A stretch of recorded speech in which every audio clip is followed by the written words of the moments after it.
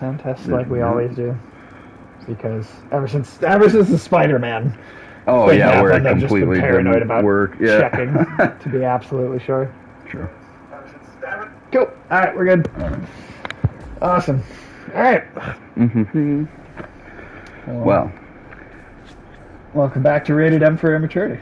all right, man. So now That's right, we maxed all these out. this was an idea I've been saving for next when we played Hades, because somehow it seems like it's related in a way. Okay. But so I saw the very end of John Wick 3 again the other night, and was thinking about how, like, you know, it's kind of maybe my least favorite part of the movie is when John Wick falls from that skyscraper and is still alive.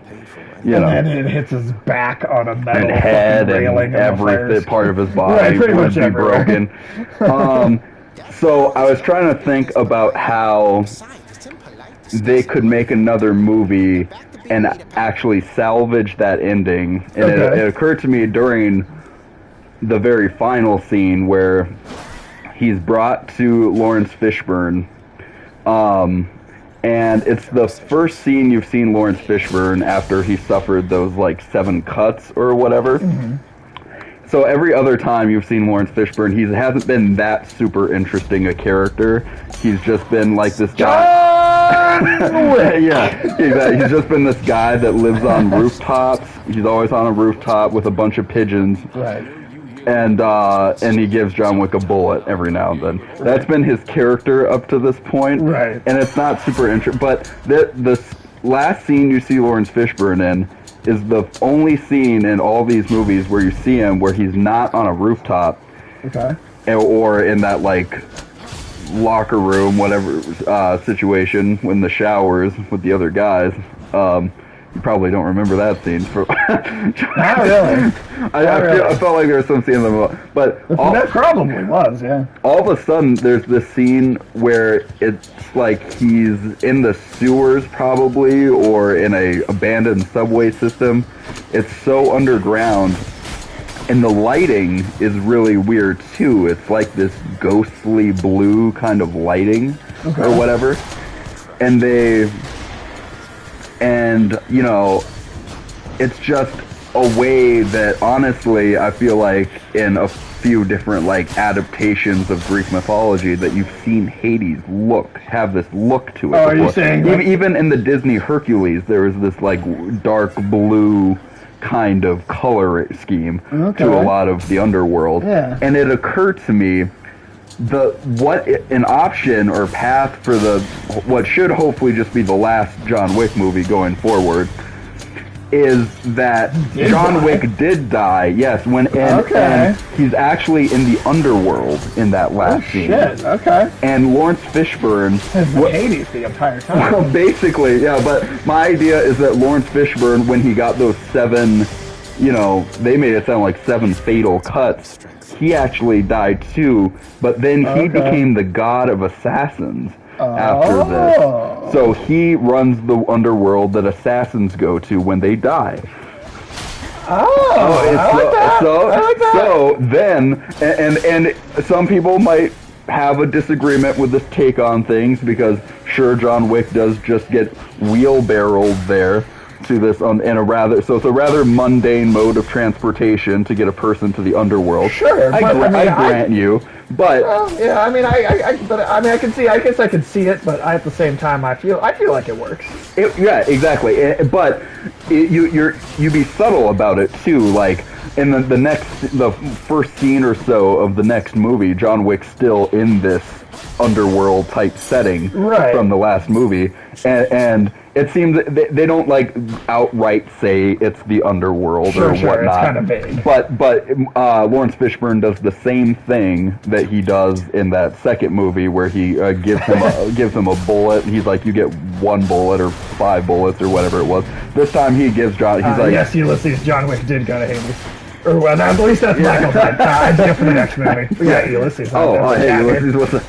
And John Wick, Lawrence Fishburne gives him like 12 bullets this time. They're like these 12 gold bullets. Okay. And he's like, you use each of these to kill each of the assassins on the high table. Which are really the Furies. Well, I'm getting there. So you have to use each of these bullets to get, use each one of these to kill a member of the High Table Assassins or whatever. But once you run out of these bullets, you return to me. Okay. So this is actually like a pact, a supernatural pact being made that's being stated in a more casual sort of way. Oh, it's Sisyphus. This is the first time you've met Sisyphus. Yeah. Oh, and then Ulysses also asked, is he there to avenge the death of Cerberus? I feel like that would be better as a respin on the first movie. Yeah, if you did like a full-on Greek respin of it. But my idea is that he's not like straight up Hades. He is his own like new kind of god of an underworld situation. And basically John is allowed to come back to life because of this supernatural pact he has made with a god of the underworld. And none of this is like flat out said. It's just it's implied very. And so then as he's leaving this sort of underground station, that he even this is a way that states it as an underworld. He passes the character Gianna from the second movie, who he was hired to kill, and instead she killed herself or whatever. Yeah. But that character we know is dead. So all of a sudden we see a character just like pass him by as he's passing her. So it's like if you're an attentive viewer, you'll be like, oh shit, she's dead for sure. Right. And it kind of spells it out a little bit, but it's not so direct that for people who are like, oh wow, he's getting these golden bullets from Lawrence Fishburne and he's off to do a new mission, Like it's not just spelled out that it's supernatural. But there's enough clues there for you to get it. Like it's just subtle magic. But however, the one thing where it will become more overt for me in this fourth movie, which I think is a cool trade-off, because at this point, the movies have, in a narrative sense, already traded John Wick's vulnerability as a character. They've already given that up. Yeah. What this is really cool though, is now that he's returned to Earth, he can't actually die until these 12 bullets are spent. Oh. So now he's actually kind of temporarily invincible. Yes, he's actually somewhat now it plays out like The Crow a little more from this point on. So now you trade off some of the vulnerability of this character, but now for the excitement of a character that's basically like the Terminator, who John Wick now, they always had this fear, other assassins, of him, that he was almost like a supernatural being, he was Baba Yaga or whatever. Yeah. Now you're just making it a little more literal, but now he doesn't even have to sleep. So assassins are all fucking so afraid now, the entire world of assassins, because he'll literally just show up in their bedroom at night sometimes, and they'll just wake up to him stabbing them in the face or whatever. and so John Wick is fucking unstoppable now. He doesn't have to sleep. Even the High Table is fucking afraid and shit. And you would have a scene like in The Crow would happen now, where the guy throws a knife through his hand, and John Wick just pulls the knife out and then stabs him to death. Or leaves the knife in his hand, stabs his hand, and then he stabs him with his hand. Which is always a cool move, yep. And, and I wouldn't have him heal from these wounds like The Crow does. I would have it be this form of immortality, the wounds almost like a zombie, where he just almost rots. Exactly. Well, he doesn't rot, but the wounds you take stick with you. You still feel the pain of it, because that would be my way to retroactively explain why Lawrence Fishburne, at the very end of 3, he still has all those cuts, and he's a little more crippled now. Right. So you basically, this is the type of underworld where the way in which you died, it's kind of like Beetlejuice rules, those stick with you in death. You are permanently in that form of mutilation from that point on, which is cool to me in a character sense too still, because now John Wick, throughout the most of the second movie and by the end of the third, most of the third movie, he had kind of a limp the whole time, that's kind of. true. So now he's got this permanent limp he just can't get rid of, and all the scars and shit, like cuts he just got at the end of the third movie. He's just stuck with those now. Sure. So there is a form of pain to this character. Like getting around still isn't super easy for him. Right. You know, but so it actually adds this somewhat still a sense of sympathy for this character because it's fucking painful for him just to move, and he can't even go to sleep now, and it's pure suffering and agony for him now till the end of Ulysses said you can still have it have stakes that way by having him even lose limbs. Yeah, exactly. Yeah, exactly. And but he knows his only release from this pain is to kill the high table at this point. So now he finally goes after the high table, and now at this, yes, we've established now that basically he is the boogeyman they always feared he was. Yes, and that Lawrence Fishburne, he's basically king over the underworld realm. He's the Hades of that realm. The high table, they're basically like the Olympus of assassins. You know, like their setting might not quite be supernatural itself, but there's a thematic. Yes, but either the members or the number of members, or like the head of the high table, whatever it is, that at least one of those members for sure is themselves in a similar sense immortal in the way that John Wick is. But they have a different kind of immortality where they're in their prime, you know, they aren't stuck with the wounds they've been inflicted, you know. And you know, like if I'm already taking from one kind of lore, I might even make it some kind of like Middle Eastern Lazarus Pit type thing, you know, where at least this head of the high table, these kings and queens of assassins, that member, they have at least found this form of immortality themselves. But it even works to me if they're all like that, because that would be why Lawrence Fishburne gave him these special bullets, because only these bullets can kill them in a mortal like that situation. And then finally, but he's like with the head of the high table, you have to pump him with one of these bullets, and you have to fucking... the Lazarus Pit being the back of a Chinese pickup. We were just talking about that a little bit ago, well, and now Ulysses in the TV show Titans, it's now at the bottom of Arkham Asylum for some reason, and Scarecrow, when he listens to Gata Vida Loca or whatever... It's different every time you say whatever that fucking song is. He like listens to 70s stoner music and then he gets stoned, you know? Yeah, he does.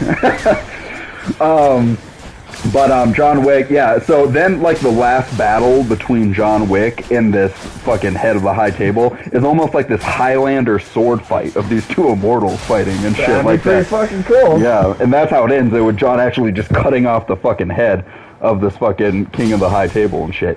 And then once his mission is completed and he's spent these 12 golden bullets that fucking Lawrence Fishburne gave him, then he just drops to his knees and kind of falls dead.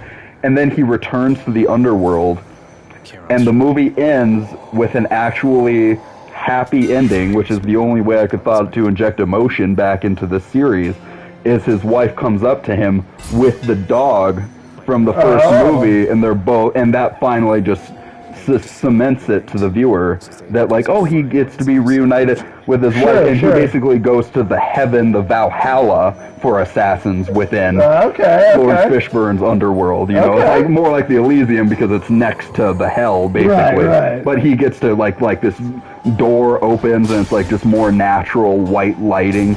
White light, horn. Cerberus. Yes, yes, you can. But that was basically my plan for the fourth, and what I would hope would be the last John Wick movie. As a way to finally make the story, bring some kind of sense back to the story. You know, because I gotta say, by the end of that third movie, if they're saying that he's still just human, and that he just is alive after those fucking injuries in the third movie, to me, I have lost any interest in the world, because to me, that is them betraying the rules of their own world. But up to that point, they had kept all the characters human. To a relatively believable degree. Yeah, most of 3 was all right about that. It was just kind of right at the end when it got really ridiculous. Yeah. So now if you change the rules of your world to where characters can come back from those kinds of injuries, to me, it's now less ridiculous if there's actually a magic reason. Yeah. No, totally. A subtly supernatural logic going forward in the series, you know? Right. No, absolutely. No, so, I agree with that. So I watched the shit out of that movie. I just woke up one night on Sunday night in the middll of, like, at 3 a.m. in the middle of the night, and I just couldn't go back to sleep because my brain just started immediately drawing connections of, like, oh, I could make the ending of John Wick 3 make sense.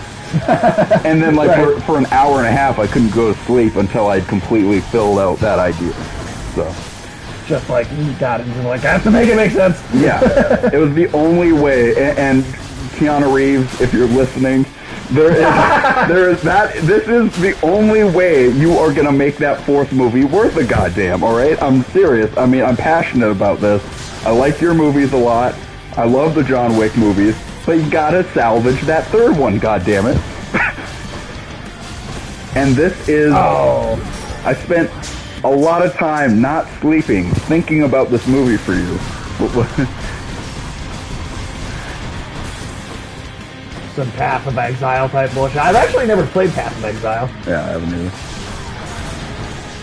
Is that a PC game? Like, I know that name. Mm.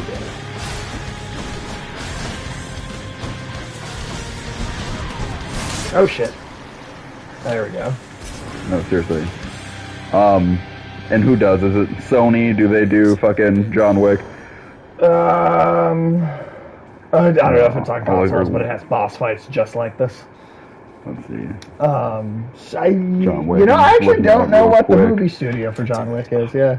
Okay. Lionsgate? Is it Lionsgate? Something for the mirror.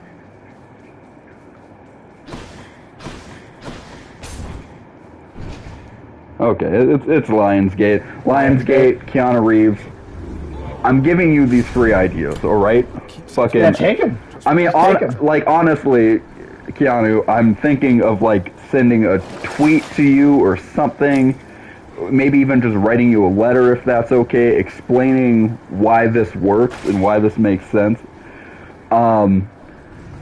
And just please use it. I mean, if you can, give me a story consultant credit in the credits. That's all I'm asking for. Put your name in there. Yeah. This is not even, you don't even like need an actual paycheck though. Yeah, I mean, goddamn, give me a paycheck. But if not that, you don't need to pay me. But just give me a credit and then fucking do this movie right. Okay, that's all I'm asking for. And probably don't do more than one more sequel. You know, right? This is already stretching it. Three should have probably been the end of it. Right. Well, because what if he had just died? Exactly. Right. Building or something. But this is already stretching it. But this is the only way I could think to stretch it. All right. You know. Right. Like it's getting so crazy now. It's like. Yes, and now I've gone to the apex of the craziness. So now that you've gone there, you can't keep it up there, or it's going to become too insane. It's going to become like Fast and Furious levels. But if you're going to do that, then you have to really commit to just doing crazy shit all the time. And this movie has had a restrained sense of craziness and insanity and sort of... I mean, there's been like an element of almost fantasy to these movies already. Like there already have been kind of the clubs and the hotels. There already are these kind of assassin underworlds in a more subtle sense. Yeah. Where these characters went to, but in the places they went to, but they made pacts and shit, and the dude had like John Wick had his fucking ring finger cut off, or the way that the guy, I forget his name, but the way that the brother asks John Wick to kill his sister in the second film is exactly the same way that Aragorn asked the Ghost King to fight for Gondor. Right, exactly. What saved you? Yeah. So I'm very passionate about that John Wick 4 idea. No, I think that's a great idea, dude. I would watch the shit out of that movie. Yeah. Shit, I don't even think Ulysses has seen any of the John Wick movies, and I think he'd watch that movie. Oh, hell yeah, thank you, Ulysses.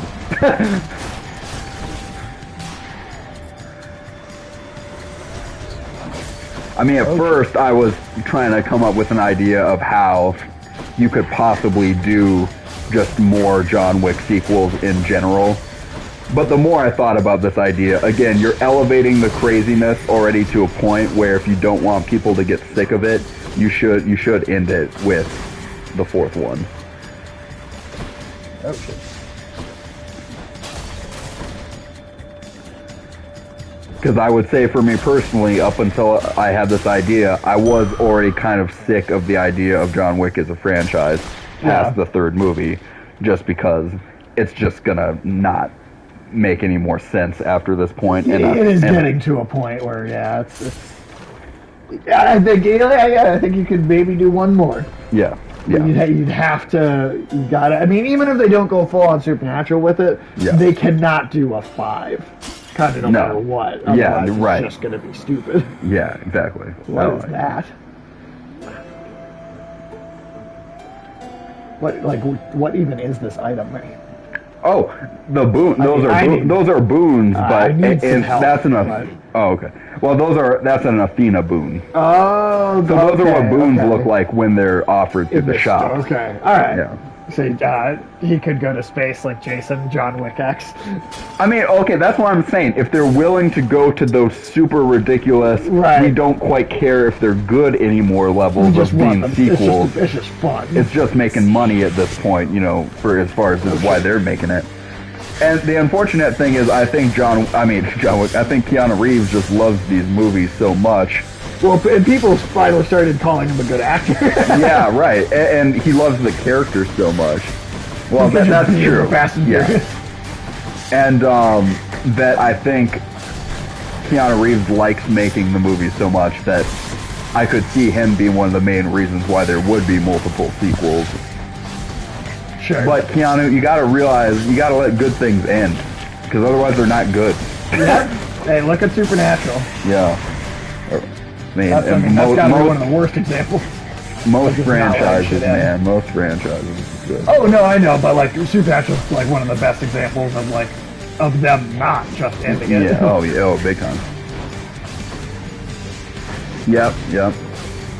Chibi. I've been using derpy as an adjective a lot.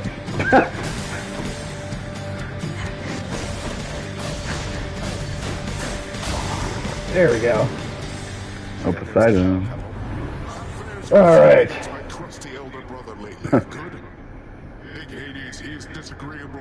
And so, because we were going to be playing Hades, I thought I'd save that Hades absolutely. creative writing idea for you in the stream. But, Oh, hell yeah. She'd look that harmless before she'd have kept her head. Yeah. Let's see.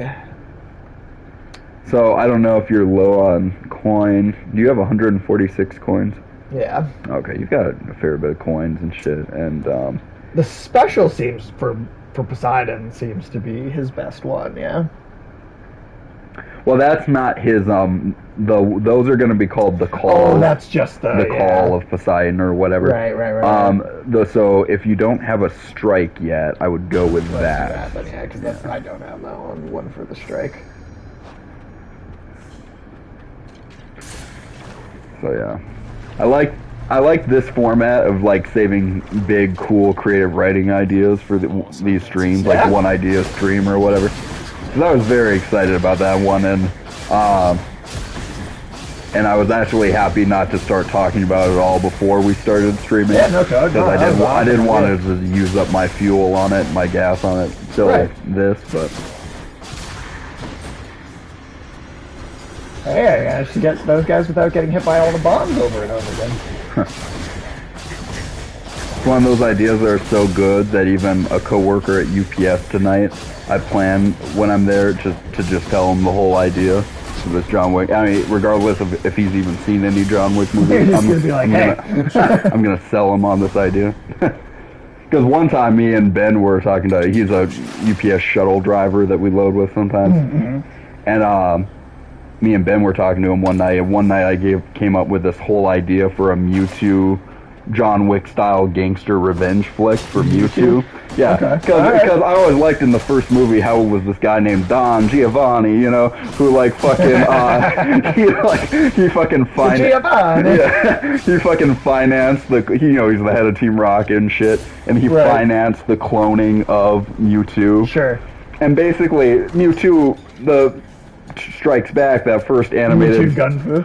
Yes, exactly. Yeah, that first movie, I mean, it basically is a revenge kind of story for Mewtwo. It's just they don't have levels of blood and violence in it, you know, and he's got more of a existential Magneto, like, I'm gonna take it out on all of humanity instead of one. Sure. But my alternate, more like R-rated take on Mewtwo is that Don, after he gets out of the tank, he's like, fuck Don Giovanni, fuck the Mafia. Fuck the Mafia. I'm taking them all out, motherfuckers. And then he had Team Rocket, you know, sometimes they wear those, even those black 30s gangster hats, you know, and shit. That's you true. know? So Team Rocket, they're this like terrorist / mafia organization that runs the Pokemon world, you know. Okay. And now for the sake of this world, they have guns and shit. But this is this is mostly so Mewtwo can use telekinesis and control the bullets. Like, make them shoot themselves. Yeah, exactly. So at this point, it's Mewtwo just fucking ripping through Team Rocket and, you know, mutilating their dick. That's what. Mutilating their dicks. I mean, I'd watch that movie. Yeah, right, isn't it? Yeah, making Pokemon cool, you know. Yeah, go hardcore with it. Yeah, go hard fucking core. I will say that a few times I'd maybe let Zack Snyder direct it. But Zack Snyder's Pokemon Pikachu is Jesus. Pikachu wasn't very nice back then. Yeah. Pikachu's friends and the allies said a lot of things about him, but nice wasn't one of them. Look at Anthony Hopkins to narrate this Pikachu Mewtwo revenge movie set in World War II. It's a similar idea to how I do Pokemon with Team Rocket being a corrupt SWAT team that uses Pokemon as tactics. Yes, exactly. We're gonna collab, as the TikTokers say today. New characters running an illegal fight rig for Pokemon. Yes, I mean that's always been a weird thing about the Pokemon universe in general. Yeah, right? you and me, Sage, we've always said that too. That it should be some kind of fucking fight. It's like making pit bulls fight each other. That's what Pokemon is.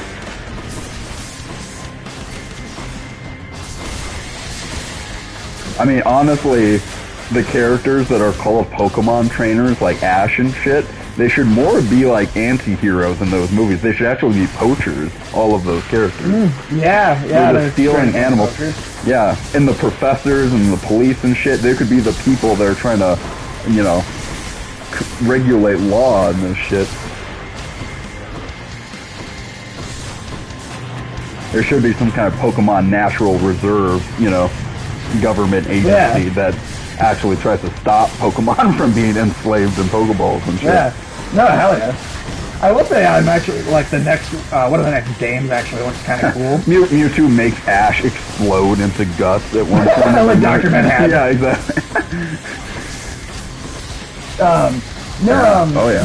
One of the next Pokemon games actually looks kind of legitimately cool. It's still, you know, it's still, you know, kid friendly for sure, but, it takes place in like a feudal Japan setting. Oh, that's where cool. Like Pokemon are still like wild animals and haven't actually been tamed, really, for the most part. Like you're basically like cataloging them for the first time, right? That anyone's ever done that. That's really cool. And like the Pokeballs themselves are these like they're like woodcut like steampunk, like like old school Pokeballs that they've done. This design they came up with, and then on top of that. Like, you actually, the way you move around the world is very different. Oh, shit. Than it was before, so rather than just, like, you know, running around and then you get into turn-based battle, in this, you actually, in this version, you actually, oh, shit. Is that those next two Pokemon games, like Shining Pearl and Glistening Diamond, or whatever? Those are remakes of one of the other, like, PS ones or whatever. Oh, Pearl was? What? Yeah, Diamond and Pearl. So it's like they're like remakes of those. Oh, deal. Okay. But the one, because Diamond was What the fuck is that one Pokemon called Subaru or whatever that one? That one Crystal Caribou fucking Crystal Caribou. That's it. Pokemon. What? Suicune or whatever. Suicune. That's even older, I think. Is that that Diamond? No, I'm pretty sure Suicune's like way older. Okay, but like the game that he was on the picture of, you know. No. I'm pretty sure that's an older. Let me check this out. The Suicune. It's the Suicune, Entei, and Raikou. Yeah. Those are older. Let's see. Like, Pokemon Diamond and Pearl hadn't even come out when Pokemon Coliseum was a thing. Okay. And I know Pokemon Coliseum had those three in them. Yes. Okay, so it's not spelled like Subaru, but. I didn't think it was. No. The new one I'm talking about is called Pokemon Legends Arceus. Arceus or something like that. Sure. And the Pokemon Legends, Crystal. That's what. Crystal. That's the one. Yeah. Okay. But no, this new one I'm talking about though, rather than like just going or walking around until you get into a turn-based battle, your human character can actually be attacked by the wild Pokemon. If you have a health. Oh, I guess I'll take over on the next run. Yeah, no, totally. I was just gonna talk to them first. Yeah. There's probably a car-shaped Pokemon called Subaru by now. Well, they have lawnmower and ice cream cones after all. Exactly. No, you're right, Ulysses. At some point they'll have Pokemon games called Pokemon Subaru, Pokemon Pontiac, Pokemon Chevrolet. Yeah, exactly. Yeah, just such obvious like brand name ripoffs of this. Right. Or brand placement. Right. But no, one of the cool things about this new one is the fact that your human character can just physically actually be attacked by the random animals. Oh, that's cool. So you'll have a health bar as a character. Yeah, rather than just immediately launching into a battle that you then. Well, to be honest, I feel like that should have been part of it since the beginning of Pokemon. That's like a better late than never. Yeah, that's true. Walmart versus Pokemon Amazon. Yeah. Let's go with this. This color ought to suit the hole back there. I'm gonna do all of these eventually. Yeah. Hades, you don't like me messing around with stuff. You are back. You have met most of your living relatives by now, child. Not all of them, though. Of their blessings is That's true. here. They shall continue to support you as long as necessary. You haven't met Hermes yet. No, we haven't. We've seen the symbol come up, Yeah. but we haven't chosen to go to him. To join them on Olympus. That's why they're helping me. They are helping you because you are family. Family with whom they do not yet have a complicated past. It's getting complicated pretty fast. I like that line. And then all 7 of those wretches tried cutting to the front of the procession line. Can you believe the nerve? As though they'd get an audience that way. I do feel like the story is... I don't know if it's speeding along more because we've made more progress faster. Sure. In a way. I mean, I made it all the way to the Hydra fight that time. I almost had it, too. And let's just say if they still have any... Well, and then the last playthrough I got to Elysium or whatever, you got all the way in there. so... Right in there. Yeah, exactly. Goddamn. Ladies' night, I guess. Or day. Or all the Gorgons. I mean, all the ones we've seen so far, Michael, are all of them throughout the whole game? Yeah, so... do they all follow that design, or is there like a big Medusa? There isn't a lot of Gorgon representation, I should say, in this Hades game. Unfortunately, to say that. Yeah, save up and get that. We can go lie down and do another story sequence. Yeah. A weird choice, but hey, why not? Yeah, I mean. Yeah. It is the dead of night, or the approximation. Like, you know, they're all like, anytime you see any kind of Gorgon stuff, they're all those floating heads that shoot you and turn you into stone. Yeah, I think that's probably their take for it. Yeah. All right, so we got another little story sequence here. All is quiet at this time. Ever dreaming Hypnos put a spell upon the house. As Oh, by the way, Ulysses, I think you'll be glad to hear that Dead Space stream today was actually had a couple of pretty cool things in it. The Necromorph was modeled. Yeah, we got to see kind of an early look in some of the way that like you could damage the character models, like anime characters more if all the characters were floating via their heads. He ventures toward the stately throne of his lord father. half expecting to be caught. Yeah, it's like the amount of damage you do to them as you shoot them is really cool looking. Shut up, old man. He doesn't know exactly what he seeks. He only knows that something always has felt. And Gunnar Wright is returning to voice Isaac again. Mm-hmm. And he will have more of an actual, like, full-on voiced character in this game. Oh, shit, I did not mean to hit that. I'm not... Okay, well, that was... Or is this playing out that same sequence that we already saw before? Because we did that at the very end of the last stream. Yeah, maybe it didn't save that. Oh. No trace of Well, whatever. If we do it again, well, Yeah. it's not a huge deal. Yeah. Sure, because if it's the letter from Persephone, then it's, Yeah, that's what it is. There is the note. yeah. Yeah. Hades. I can no longer Yeah, it is. Now take care of Cerberus. I shall miss him. See, there's your Cerberus. You Yep, If it yep. kills me, I won't be You know, like the battle returned. damage on the necromorphs, like if you shoot one spot of like their arm, right, all the flesh will like peel off of it, and you Yeah. can just see the bone hanging in between the strips of flesh. Yeah, and then you have to hit the part where the bone is showing to actually dismember them fully. Yeah. Rather than just shoot them twice in the arm, you have to make sure you're actually hitting the place where the bone is, which is really cool. Oh, sure. The world, Zagreus, absorb the contents. And what is this about a live-action Resident Evil, new There's live-action Resident Evil there's thing? multiple different ones actually. Okay. So there's a movie reboot. It is basically combining the plot of Resident Evil 1 with Chris and Jill and Barry and Albert Wesker in the mansion, and then it is simultaneously doing Resident Evil 2 with Claire and Leon in the police station and mashing those all into one movie, which is Weird. way too much for a Yeah, single film. that's too much. So that's already a bad sign. Oh, yeah. The images that they released look extremely cheap. Uh-huh. Now, despite the fact that this is a rebooted film of Resident Evil, it is more close to the games, right? Yeah. More than the other ones were, right?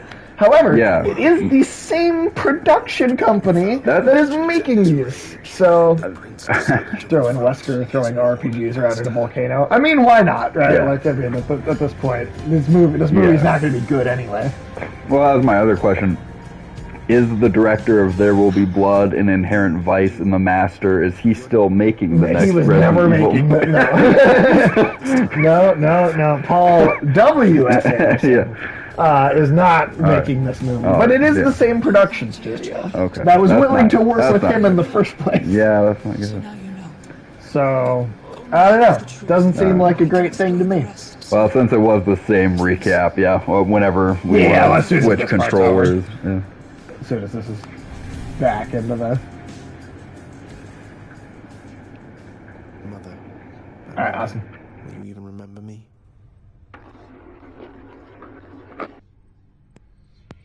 Okay.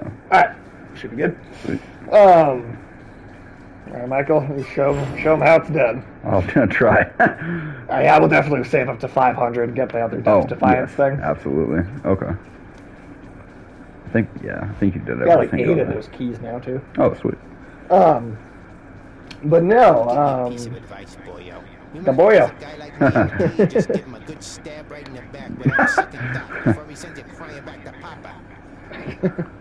I'll keep that in mind, mate. You little weirdo, Oh, skeleton. you could unlock that. I don't know if that's how good that is, It's a but decent weapon. Like I said, these are the two fun ones over here. okay. They're a little later into the game to get those. Yeah. Let's see. And then what do we got for key? Okay. I think it's just the 2 still. Oh, yeah. Yeah, this is the most helpful one still. But I yeah, should so this practice live with action that a little bit. movie is I don't think it's going to be very good. I don't. And the costumes and the sets just don't look that. They look cheap. It looks more like a. You know what? If you showed me these pictures that they put out, and you told me, hey, somebody's working on a Resident Evil fan film, I'd go, oh, that looks kind of cool. Right. But it doesn't look like a major, film production from a big Hollywood studio. Oh shit! Is your only family. These are some of my favorite parts when Hades actually lectures Let's you. get accustomed to the both of us. He says some badass shit almost every time he talks. Cool. Not on your life. Hello, Dionysus. Hey there, party boy. We're getting somewhere, man. I understand you made it up to Asphodel before. Now that is progress. Keep it up. You keep on going, yeah? Thank you, drunk uncle. Right. Literally. Literally the drunk uncle. Yeah, let's see. So that's this Resident Evil adaptation. Yeah. I don't think it looks like particularly great. However, there is also a second, different live action Resident Evil adaptation from Netflix in the works, where Lance Reddick plays Albert Wesker. Lance Really? Reddick, yeah. Not only is it Lance Reddick From playing, John Wick, Lance? Lance Reddick. Oh, The Toys R Me. right. I will shit in places that will leave you confused. Yeah. Yeah. But yeah, Lance Reddick is going to play Albert Wesker in this Netflix Resident Evil, and in this Netflix Resident Evil, bear with me here. The story is going to take place in a rebuilt Raccoon City, like decades or years or maybe decades after the actual incident.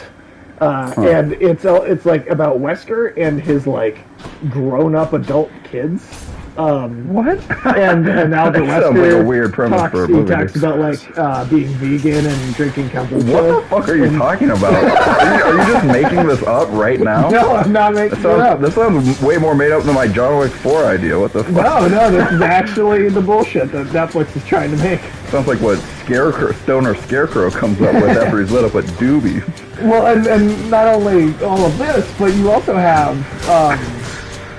you also have this whole thing of, Lance Reddick is the only, major actor that I was going to say, is Lance Reddick recognize. really gung-ho about this production? I mean, I haven't seen him be gung-ho about it. I've barely seen any marketing or, real discussion about this thing. Why is it part of the plot that he's a vegan? I don't know, man. I don't know. But Chris on Double Toasted, or his own channel, Mr. Revan7. Yeah. He actually got a hold of an old he actually got a hold of the script and read some of it, and this is what is in it. This is what is in this Netflix Resident Evil. It's kombucha and being vegan, and Albert Wesker being a kombucha drinking vegan fucker. Now, did Chris make fun of this? Oh God, yeah. Okay, good. Oh yeah, he said it was an awful script. I mean, makes sense to me. Vegans are. It's so far I don't know which Resident Evil production sounds worse. Oh, yes you do. The Netflix one sounds worse. The movie, the Sony film might be stupid. Yeah. But at least they're half trying to kind of do something similar to the games. But this Netflix thing is just all fucking over the place. See, I think they should just approve any idea anybody has for a Resident Evil movie has simultaneously. So man, they already have. That's what they've been doing since the beginning. Let Paul Thomas Anderson or whatever direct one still, while these two other he's ones already directed 8 of them. I don't care. Let him do as many as he wants. I say let Zack Snyder do it. Leon S. Kennedy is Jesus. Yeah.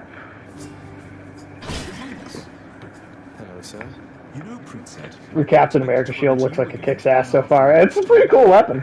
Yeah, it's not my favorite weapon, and I'm not the best with it, but I figure I'd just do a playthrough with it. Yeah, I mean, we might as well try everything out. Well, something's just about always in us back home, sir. Figured it couldn't hurt to check up on things in Tartarus a bit more frequently. Well, I am grateful for it. I and the old boulder there in turn. Oh, he talks to his boulder now as his only friend. Oh, jeez, like Tom Hanks. Yeah, he is the Tom Hanks. He actually is like the Tom Hanks of this video game. He is. Yeah. Every time it rolls back down the hill, he's going, Wilson! Yeah. Let's see. Oh, okay, I'm gonna get some of that. It does kind of have a face on it a little bit. Yeah, at some point, I know you're able. Wilson! At some point, he lets you talk to the boulder. Oh, really? And talking to Boldy. Please tell me it's named Wilson. Yeah, and talking to Boldy actually gives you like a power up of some kind. Oh shit! I forgot that one.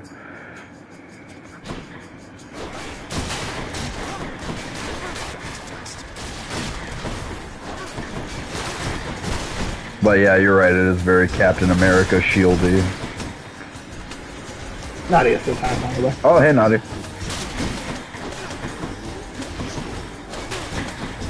Yeah. Tell Nadia to listen to the John Wick movie idea I have because... I mean, I think it's pretty genius. Yeah, thank you, man. it's unfortunate because Nadia actually, she typically will actually like, you know, when she has free time at work, she will actually watch the stream where she was, but then the like Twitch app on her phone just will not play my stream unless she is connected to the Wi-Fi, to a Wi-Fi. Sure. So like it's weird. Like other streams will play without being connected to the Wi-Fi, but for some reason, this one just doesn't. I don't know why. That sucks. But you know. Chaos or let's see, I have a lot of money now. Let's see, Dionysus. You know, I like talking to Dionysus, but I don't always like. I'm so used to the way I played all the time, where I'd always go for as many Athena boons to start out with, so I could try to get to that nigh invincible level as soon as I could. Let's see, fucking shop. Yeah, let's shop. Shopping! Let's see.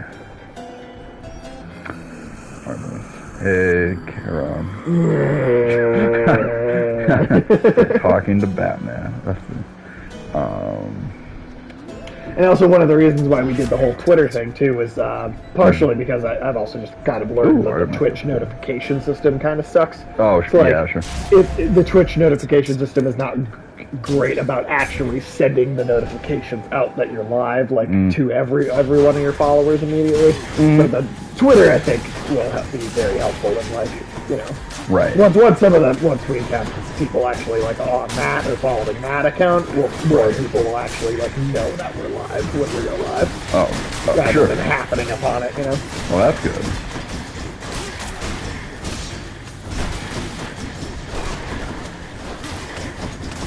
And if you notice, those crystal laser enemies, I don't think they appear in Tartarus the first few playthrough until you get into those other realms. Sometimes some of those enemies from other realms can pop up here, lesser minions. I thought they did pull up, start appearing. Were the crystal ones here before I swear I thought they were. I mean, we were able to beat Megara pretty fast, or pretty quickly. Let's see. Sorry, I can't get over the Sisyphus with the Wilson boulder. That's just funny. Yeah, no, it's true. That's a movie I haven't watched. I feel like since it like came out. Basically. I mean, I don't think Castaway is the best. I couldn't honestly watch that like a ton of different times. Yeah, not the most rewatchable movie. Yeah. I just remember really all I remember is Wilson. Everybody, and part of that might be the fact that they did the rum ham thing and It's Always Sunny. And I might honestly be thinking about the rum ham probably more than I actually am thinking about Castaway. Yeah. Shit. Now that is something I can't wait for, the next season of Always Sunny, because you know they're going to be doing some they've already said they're going to be doing COVID episodes and how those fucking crazy, selfish, insane people would deal with that situation. I can't wait. That big time. Yeah.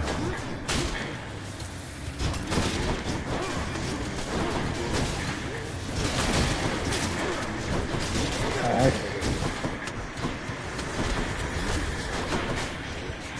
Oh shit.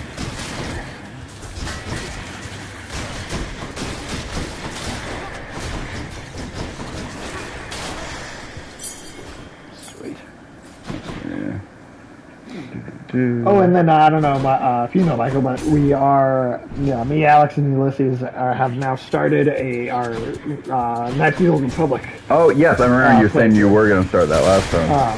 So that's our every Tuesday evening. That's what we're playing on the stream. Oh yeah. Now we honestly It's good have a that lot somebody gives Knights of the Republic some love when fucking Disney doesn't. Right. Well, supposedly Asper Media is doing a wait, remake. Asperg's Media? What was it? Or Aspire Media. Oh, sure.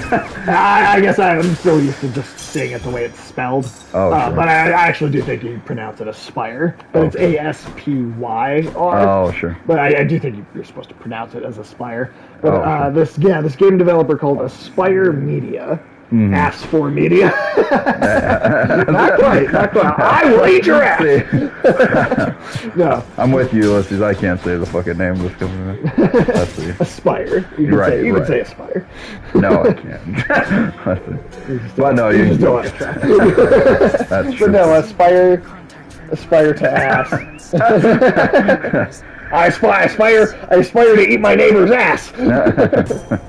I like how Athena was like, I didn't like showing up next to Charon. I wish you hadn't put that on me, but I guess now that I'm here, I'll give you some shit. That was her line. I'm actually seeing her design again. We did talk to her once already.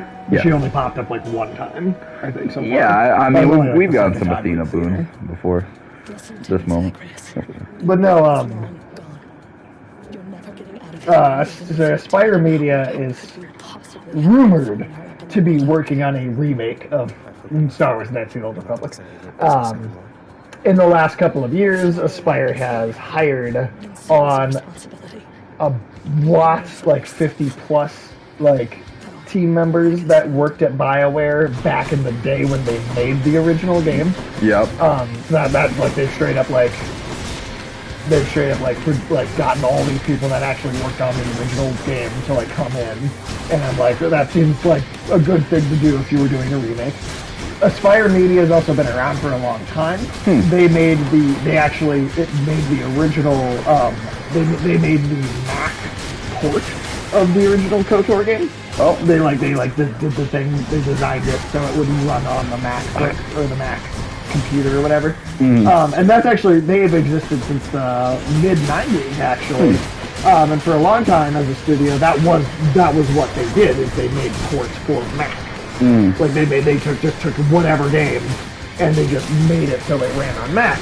And then eventually in the last maybe 4 years or so, they've started to ramp up to being a more full-on game studio in and of themselves. And part of that's been hiring old BioWare staff, right? In that process. And supposedly Knights of the Old Republic remake is their kind of this big kind of project. They've never done anything as big as this before. A kind of smaller studio. And then simultaneously there were rumors about KOTOR before anyone threw the name Aspire around. That were talking about how it was going to be a game studio that would really surprise a lot of people. It wasn't a big one. It was smaller, totally disconnected from EA, which is a good thing. Yeah, oh yeah. Granted, EA has been a little better recently, so I mean, maybe I'd be willing to give EA a little more of a chance with it than I would have a few years ago. Nice. Nice that you didn't even use your Death Defy thing. Yes, that's always key, although I lost a little more health than I would have liked to during that encounter.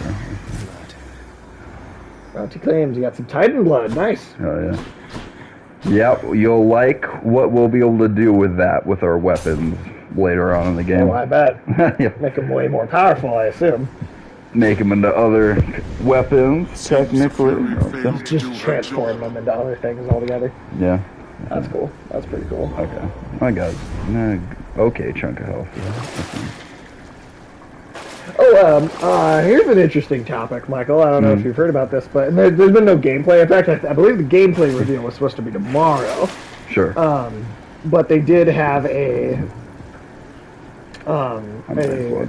Gamescom last week, they did have a CG kind of reveal trailer for Marvel's Midnight Suns. Okay. Which is the game is a tactical battle strategy, right? Think XCOM or like that kind of grid-based like strategy game, Daedalus hammer in it. Yeah. rather than being like a third-person action game, right? Like it's like a strategy game with the Midnight Suns. Oh, that's awesome. Interesting. So like the trailer had like Doctor Strange, Blade or something. Blade was in it, Wolverine was there, Robbie Reyes, Ghost Rider was in there, which I still love. I just love that design. Yeah.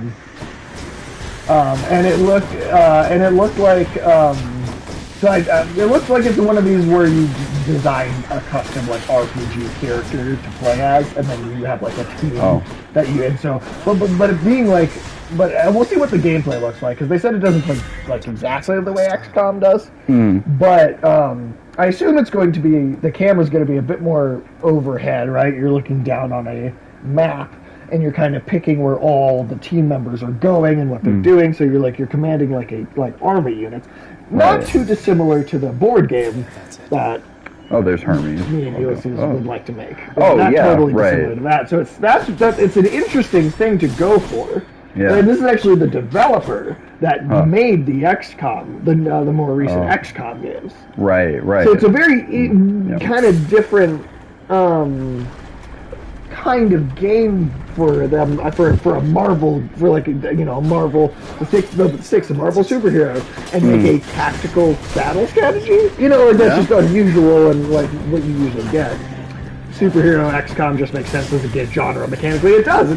Right. So tomorrow we're going to see like real gameplay for this Midnight Suns game, and I'm actually pretty excited to see what this looks like.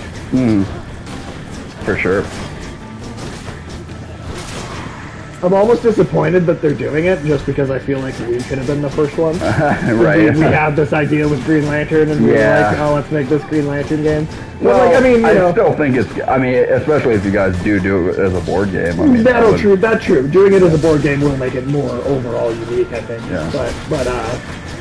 But like, obviously it'll set it apart from the video game for sure. But and then maybe it creates some confidence in the idea of the genre, and then we, it's easier for us to get here. Oh no, we have. We have. Talks fast. Yes, he does. Let's see, dodge is good, and dropping that is pretty helpful. Yeah, I'm gonna go with that. And let's go dark. Get that double death defy. Yeah. Plus, I think our Green Lantern idea has a broader scope than this new game, so they play very different. Yeah, that's true. Midnight Suns is like a relatively small, like other than Doctor Strange, pretty much most of the characters in the trailer were like street level built heroes, Although the actual plot of the game is like straight up like ancient like demon is like coming to Earth to like take over the world with like, so it's going to be like a total like occult focused Marvel thing, which is, I think that is cool. We don't get a lot of that. Oh hell no. I see. Seemingly, we're going to get more of it in the future, in the near future, with some of the MCU stuff. But I would like to see, video games especially. Like, why not do more? Oh yeah. That makes sense. Stop moving, you bastard. Yeah, they really like jumping around. Yeah, the enemy is an asphodel, definitely. Nice. That's another thing about your Poseidon attacks, the ones that can knock enemies back. You can keep knocking them into the lava. And I was doing that with the jumpy skeletons are one of my most hated things. Yeah. Have you played this game yourself, Ulysses? I'm just. Wait, that's Tim. Hey, Tim. Oh, hey, Tim. We got Tim in the chat. Hell yeah, dude. Yeah, the jumpy skeletons are assholes. Yeah, they're sons of bitches. Let's see. What should we go with? Poseidon or Artemis here, Tim? Ooh, you might be able to get that Artemis cast. That's pretty good. I have the cast. Oh, you have the cast already. But you're able to do. You can shoot 2 at a time. Poseidon. All right. Poseidon. All right. Well, Dave, it's Tim voted. All right. Oh, both. Both of them did. All right. We'll do chat votes for. Yeah, for sure. Poseidon Adventure. Yeah. Do you remember that movie? Poseidon, the movie Poseidon? Yeah. With the overturned boat? Remember that? Yeah. With an extreme pressure valve. It only relieves under extreme pressure. I just was wondering that scene you showed me where the dude is like a kind of craven asshole who just he just like kicks the dude down the shaft. Yeah, like he had no reason to kill that person. He just does it. Yeah. That's a funny bad movie. That should definitely be a bad movie night. Yeah. Like I said, once we can stream us watching bad stuff, we. I definitely want to do like bad movie or funny stuff or whatever. Yeah. Or a version of Poseidon Adventure where Poseidon actually shows up. Yeah, that'd be fun. Yeah. I'd be into that. Or fucking all those Mike Tyson mysteries, season 3. If we had been able to stream all that, our reactions, that was hilarious. Ulysses, we need to watch some more Mike Tyson mysteries because goddamn, I was crying. That second episode was nothing but dick jokes, and I'm so glad for it. Dick jokes. Really funny that stuff. Yeah. Tim, have you ever seen Mike Tyson mysteries? Because that show's hilarious. That is probably one of the best, greatest comedies to like happen in forever. Okay, good. You have seen it. Yeah. Okay, let's go. Poseidon's a pretty good. Yeah. We should get a call.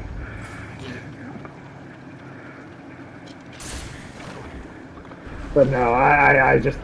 Unfortunately, I don't know if you've heard, but Mike Tyson Mysteries will not be returning for a 5th season. So oh no! Season 4 is the final one. What kind of bullshit is this? But you know what? It's still got 4 pretty great seasons. Yeah. Oh yeah. Although I guess I've seen only 3 of the 4, but still. Sun goes awesome if used correctly. Lead leveled up, tons of damage, well invincible. Sure. Yeah, no, there are a lot of good things about it. I'm just always gunning for that divine protection from Athena. You know what I'm talking about, Sam. I don't even think that's a call, though, if I recall. if you recall. If I recall the call.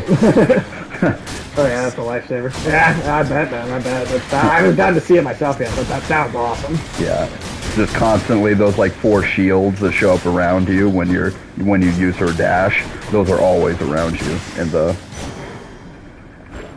Dash is that's the best defensive dash. Yeah. Oh yeah. It definitely seems that way. Seems that way. I don't know what that's from. I just remember vividly that line delivery. Seems that way. Yeah, I don't know. It sounds familiar, though, right? From where? I don't know, but it sounds familiar, though, right? Like, I don't remember what movie that doesn't personally ring a bell at the moment. I don't know. Maybe it's. I don't know. It's just I remember that. I swear I remember that.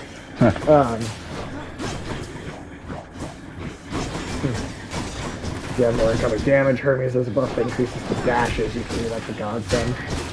Okay.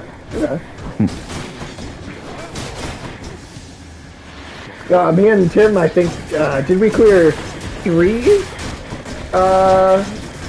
bosses in Dark Souls 2 yesterday? Oh yeah. I want to say 3 bosses. That game's the Dark Souls games are awesome.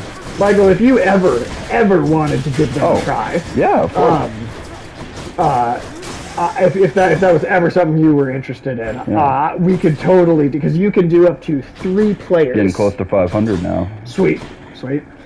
Because you can do up to 3 players online. Because you summon each other into your game or whatever. Oh, sure. So we could do 2, I believe, but we're essentially done with the base game except for the final bosses.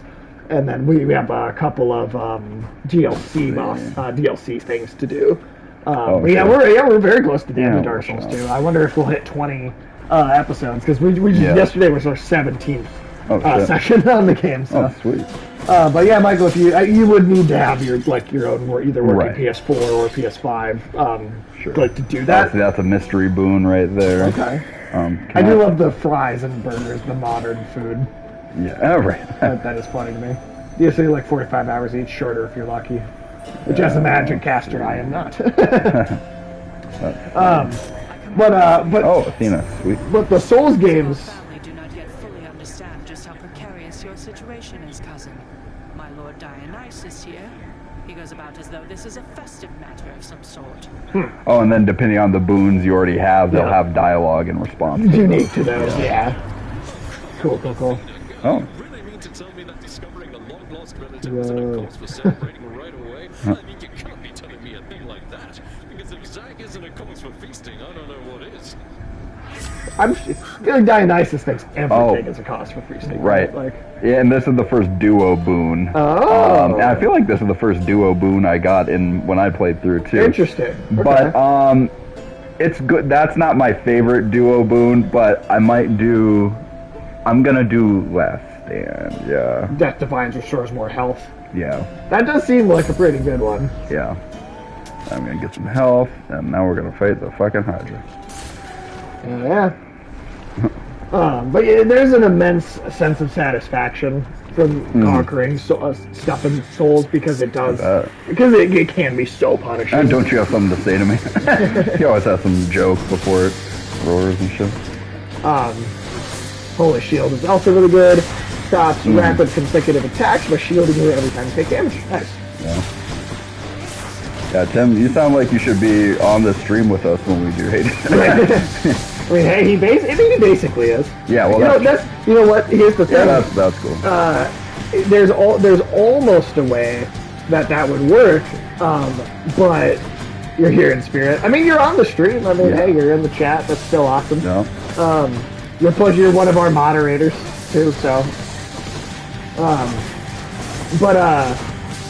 druids are always with you in spirit, aren't they? That's a good one, you know. But yeah, like Tim could actually join our voice chat, and I'd be able to hear him, but you wouldn't. Oh, sure. So like it's weird. Like I don't know how to get it so that like, you know, we both hear him playing, right? Like I don't know how to make that happen. Maybe a way. I don't know. Yeah. Yeah, I feel like there must be, but it's just so far I haven't actually been able to accomplish it.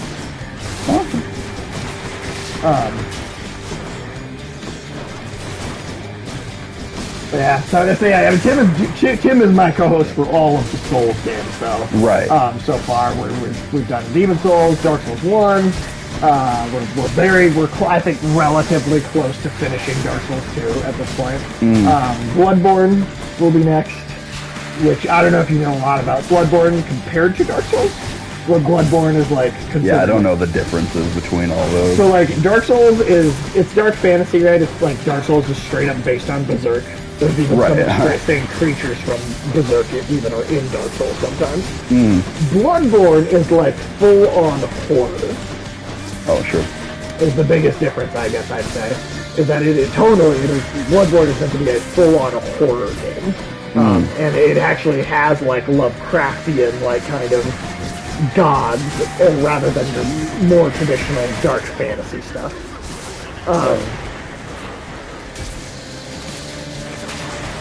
And then like Dark Souls 3, back to the fantasy, and then Sekiro is the last one that we will have. Well, I guess Elden Ring comes out in January, so like we'll have a brand new Souls game actually relatively soon. Right. But Elden Ring will be a little more like dark fantasy, like Dark Souls.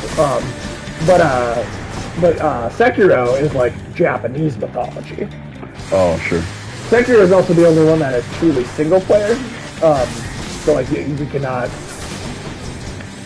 How much of a dude bro Poseidon looks like in this? Oh yeah. I do enjoy that depiction of him.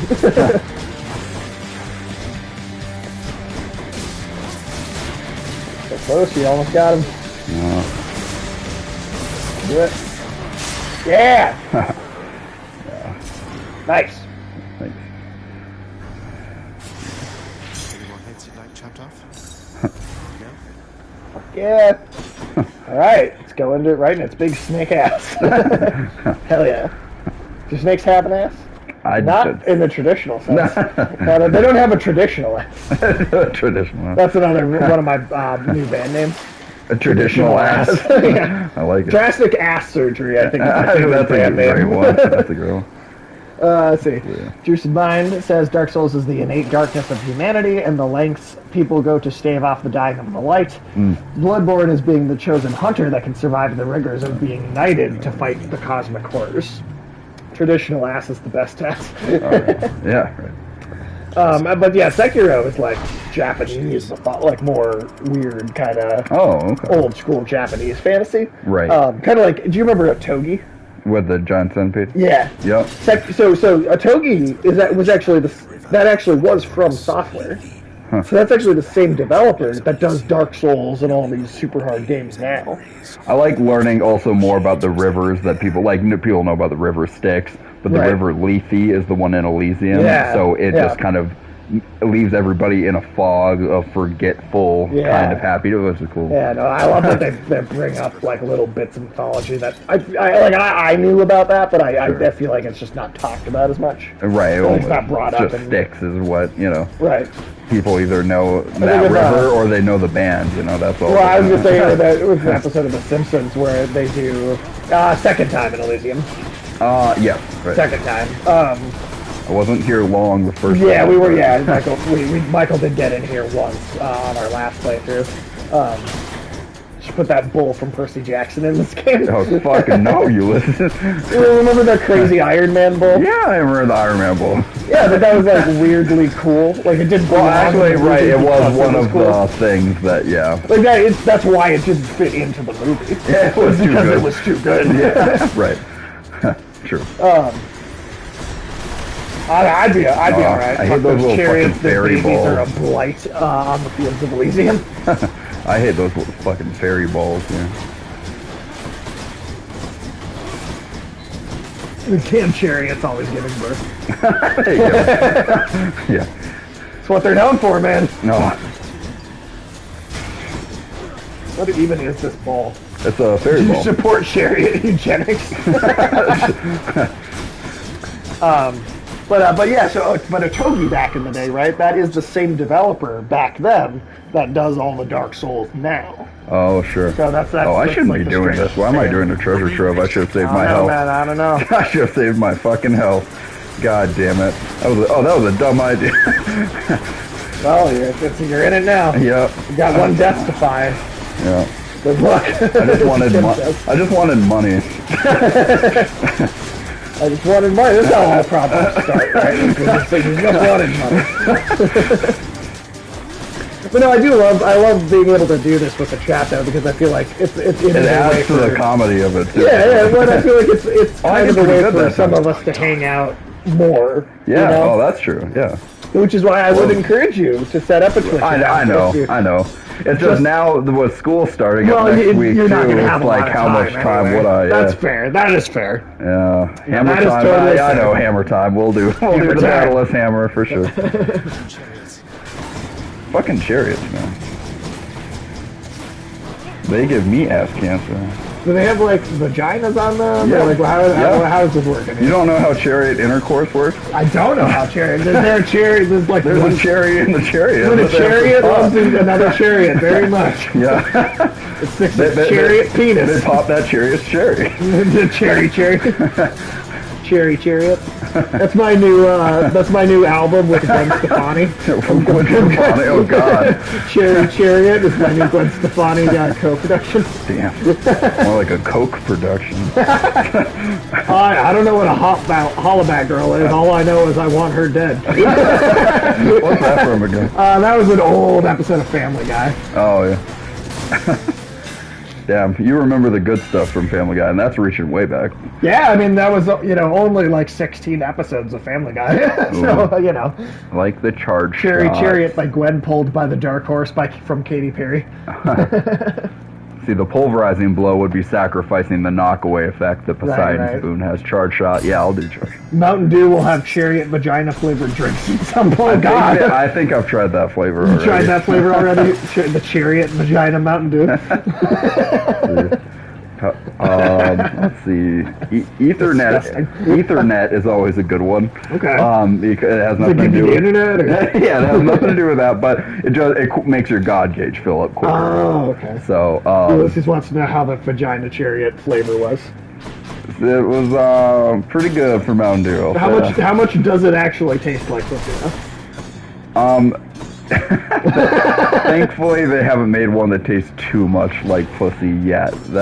Would you try that one? I mean, if they came out with especially if it was like dirty, really fishy tasting pussy, I wouldn't be down for that. If it tastes like the chicken of the sea, then that pussy is not for me. Right? Is that one of Jason Mewes sayings from Todd in the Book of Pure Evil? I'm pretty sure me and Alex made that up. Oh, really? Oh, okay. At least I think so. It sounds like one of those things. Said in high school. Yeah, Jason Mewes said that at one point. He was like, whenever I want to grease my piece, I go obese. Yeah. 3-day-old salmon flavored dew. Oh god. Yeah. Well, what if it was clean pussy, like fresh? I mean, I like the taste of that, so that's all right. I'll go with that. I mean, I don't know if I want to drink pussy all the time, but I mean.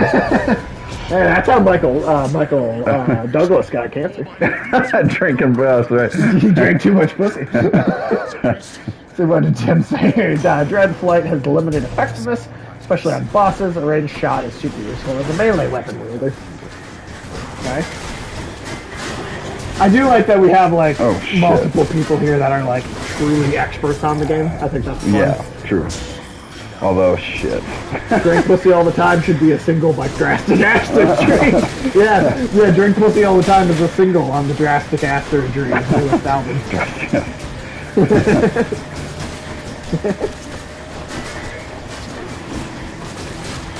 Well, see, Michael, I think the main reason I want you to have a Twitch account so you could pop into the chat. Right. So when Alex is on the stream, you can just spam the chat with gnome facts. Oh my god, gnome facts. Questions about gnomes.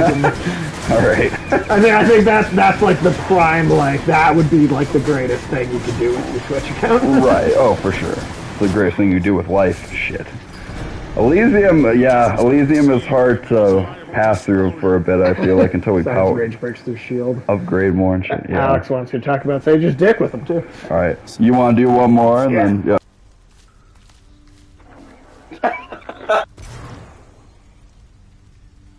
Alright. Just for like 30 Me seconds. too. That's the Alright. Alright, we're both vocal. Should be good. You guys can hear both of us, right? And you. Thanks. You're helping make the underworld a better place. Make the underworld great again. Make Hades great again. Remember when they painted Penguin's face orange for one episode of Gotham, and then I feel like every TV again? show is making everybody orange, at least one character orange for one episode in their show. Really, I feel like that was pretty uniquely Gotham. Where else? Well, I know Gotham was the first to do it. They were trendsetters. they were trailblazing. He wants nothing more to do with any of that. I think it's fitting you've inherited their power. Gotham broke new ground. Oh man, we should tell Ulysses about our idea for a Batman villain movie. Yeah. Well, I feel like you need to. Yeah. Well, yes, but I feel like you need to give Ulysses and Alex a crash course on Stoner Scarecrow too. That's true. And do they know about Jazzy Clayface? I think, Ulysses, do you know about Jazzy Clayface already? An unearthed nuclear waste dump, but still. No, Ulysses, I'm not sure. Do you know? Have I shown you Jazzy Clayface from the early 2000s Birds of Prey show? How did you die ignobly this time, pray tell? Jazzy Clayface? No, but that sounds like a sex position. The Jazzy Clayface. See it, yeah. Yeah, I do have to show you those clips. I do. Yeah. But it's a good idea for a better idea for a hangover than any of the hangover. Yeah, no, we're gonna make a hangover with Batman villains, and Gay Penguin and Riddler are gonna be two of the characters that's their marriage that they all get wasted at. Yeah. And then also I'll have to show you clips of Jazzy Clayface and Stoner Scarecrow. Yeah, Stoner Scarecrow is very recent. Yeah, that's like brand new. That's in that's in that Titans show. Yeah. That mostly sucks, but I do like their rendition of Scarecrow. Good, Gotham did Gay Penguin, and not dirty in the way we wanted either. Yeah, that's true, exactly. Meg's not in here this time. They never dirty Sanchez'd each other. They never, they didn't. No one ever got a dirty Sanchez. God. My child. Your father offers them a handsome bounty should they bring your journey to an end. Although I think the pride of vanquishing you would more than suffice in getting them to take up arms again. I'll make them work for it at least. Work for that pussy. Work for that pussy. Not quite. Not quite. We're getting there, though. No. Getting there. We need more keys, too. We do. Yeah, so maybe once a run-through we'll get one key at least, maybe a run-through. What is this one? That will be the gauntlets. That's one of the ones. Yeah, they're basically like boxing gloves. Oh, cool. Are they at all reminiscent of like the Nemean? The Nemean lion gauntlets in the God of War 2? I mean, yes, they're just really fucking fun to use because like one is like a strike, one is like your strike button is like a strike, your special button is almost like an uppercut move. So it's almost like you're boxing for real when you're using that weapon, which is I love about it. That's cool. Well, I like that a lot. That sounds awesome. Yeah. You got it for me, Artemis. Get that cast, man. Sometimes I feel stuck myself, but a good hunt always sets me straight. True shot. All right. Cool. Got it right off the bat. Bollywood mythology villains. I'd play that. I feel like I haven't seen enough Bollywood movies to know what the mythology of Bollywood is. You just do Hindu mythology? Or like, right. I mean, I guess... I would assume within the genre there are trends and tropes that you could kind of follow. I'm gonna check it out. Hindu myths, but with Bollywood styling. Sure, yeah. The fathomless expanses hidden in darkest corners of the underworld stretch. Oh, Ulysses, I think you'll think this is really cool, this character. Yeah. The interfering prince somehow discovers passage there. Wasn't all that hard to find, really. I sensed a certain rumbling here within the bowels of the earth. It is as though it had ingested something that did not sit well. Perhaps the earth itself wishes to spit you up and out. He's like this trippy fourth dimensional being, which is what's I do really love what they did with Chaos. Alright, for the next 4 encounters, you take plus 239% damage from traps. Afterward, your dash strike deals 53% damage. I also really think I need glasses because instead of abyssal lunge, I saw abyssal ulcer. Gives you one of those. Halting favor. For the next 3 encounters, your dash has 49% range. Afterwards, Boo would have plus 18 chance to be there. That's pretty good. That's better, yeah. Be careful, son of Hades. And your darkness. Yeah. You don't want to build up to get that second. Yeah, for sure. Justify. Yeah, I mean that's yeah. I don't blame you there. And I can tell that our dash is very nerfed. Yeah. But it's also only for like 3 rooms too, which I felt like wasn't like too bad. Yeah, it's never a bad trade-off. I mean, some of them can suck, especially if you're upping the difficulty greatly, which is kind of something you're allowed to do after you kind of beat the story once.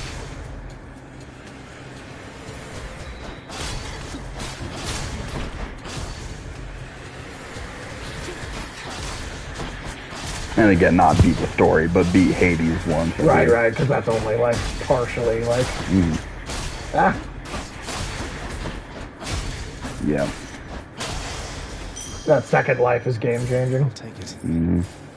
50% health you get. Scales with your max HP, 7,300 health and 3 lives towards the end of your run makes it 750 health. That's pretty. That's pretty. When you think about it number wise, that's pretty awesome. Oh yeah.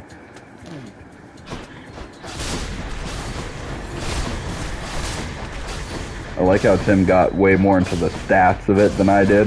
I mean, Tim is very good at that, especially because Dark Souls does a lot of stats. You should fucking hear him talk about like the lore in the Souls, because the Souls games don't tell a very straightforward story. Yeah, you really have to kind of piece a lot of it together yourself. And Tim just fucking knows like the fucking mythology like the back of his hand. It feels like. Now, something I heard about that I didn't know before is that I don't know if it was all the Dark Souls games, like back to their first iterations, or if it was only Bloodborne, but at least Bloodborne, George R. R. Martin was basically That's Elden Ring. What's that? That's the new one, Elden Ring. Oh, that's only Elden Ring, actually. Oh, I see.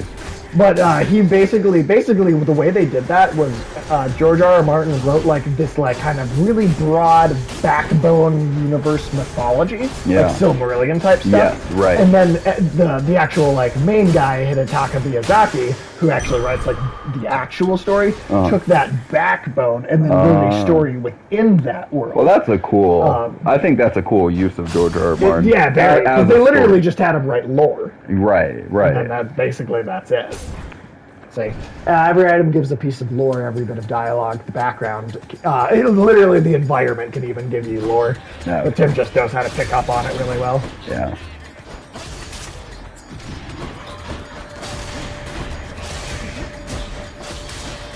Get over here, little Bomberman bitches.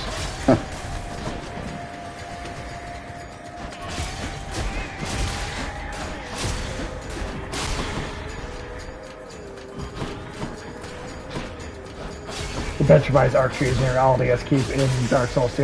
Yeah, that's true. Because in Dark Souls 1, Michael, there's these just absolutely massive trees. Like the trees themselves look like they could be like godly. Just to let you know, treasure troves are easier. I feel like earlier on that you do them. Might as well give it a shot. Just typical enemies from Tartarus are easier than enemies. Right. You know, no, for sure. For the most part, I feel like. Although this is a bad mix of guys, the mine dudes. Anytime witches are involved, I don't like them, and those crystal lasers.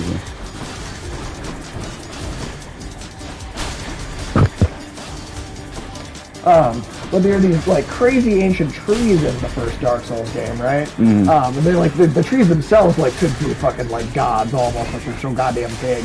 And in the second game, there is this like, there are these like petrified like columns out in the distance of a few areas, and those are supposed to be like, almost like what would you say, Tim? Like millions of years later. These are Dark Souls 2 is taking place. The crystal shields suck too, yeah. Like millions of years between games. Really? So like that's cool. I mean like the first game is like ancient, thousands of years. All right.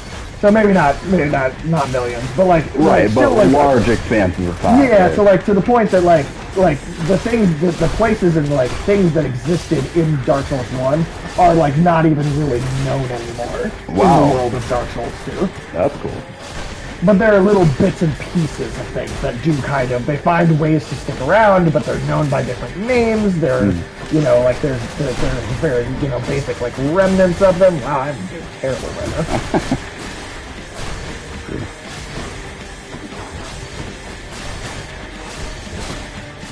Plus, I think you'll find it easy to just get ahead with both the gloves and the other weapon will unlock. Gods have scattered, their names are forgotten, kingdoms have risen and fallen on the same land. Millions would be crazy. Now I kind of want a sci-fi Dark Souls game set in the far, far future of that universe. That'd be kind of cool. Like, take that fantasy world, but, like, actually let it progress to, like, a sci-fi type thing. That'd be kind of badass. Well, it simply isn't in my nature to allow such offerings to go unanswered, noble cousin.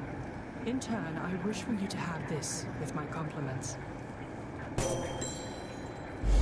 Lady Athena. Yes. Thank you. Sweet. Owl pendant. All right. So that'll just, if you use that keepsake, her boons would be better, which would make it does make it easier to attain divine protection from her boon. Yeah. Hoot hoot. I don't give a hoot. Yeah. Divine strike. That's epic. That's a good. I'd go with the strike on this one. Let's do it. Yeah. Poseidon. Every single attack deflects projectiles. Oh shit, really? Yep. Yeah, so fighting witches. The laser ones are still hard because that beam is constantly on you. Right. But, so you'll still want to dodge those lasers, but... But yeah, it is helpful against witches or projectile enemies. Just wailing away on something invincible to projectiles from your front. Yeah, exactly. Beam attacks are exempt. An optimist, correct, nephew? She shies away from most of us, so if she's taking somewhat of a Does the liking to beam your even range- count as a projectile? I mean, I think no. no. Right? Because it's No, it's a consistent. long distance attack, but it's not, you know. Tidal Dash, Ocean's Bounty. It's cool that you're getting these epic boons right now. Yeah. So obviously that will. I don't have a dash one Yeah. at all yet. Yeah. So Yeah. If you're. most beams and hit scans in games aren't. Yeah, that's true. That's true, just in general. Let me see. Darkness. Get that 500. But I like the idea of any time we get to a crossroads where it's two gods and two different boons, letting Tim and Ulysses decide what we'll go with it. Oh yeah, no, I like that idea. Or anybody who's, you know, right, just listening. let him vote on the chat. Yeah. Just whoever's in the chat.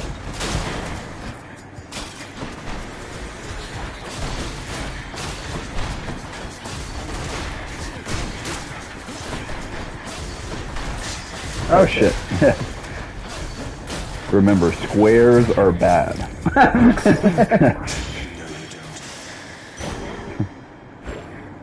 Alright, what do we got next?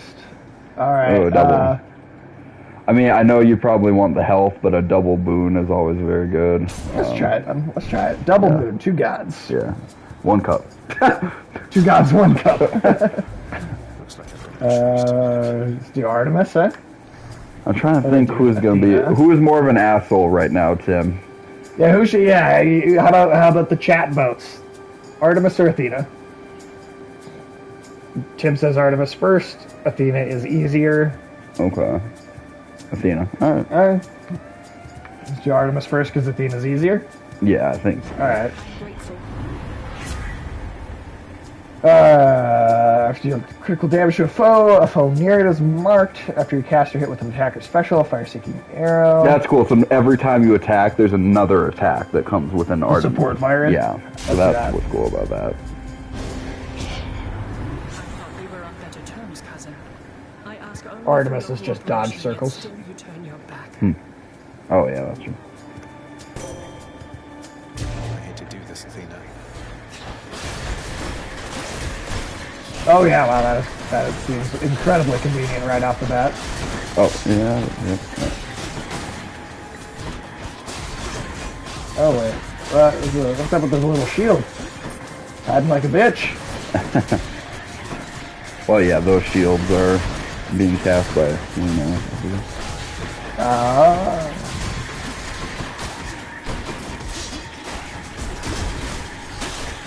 Because you'll see like a little golden circle like there, and if an enemy is in that golden circle, they'll have like a little impenetrable field around them. So you want to kill them before it even activates on them. Right.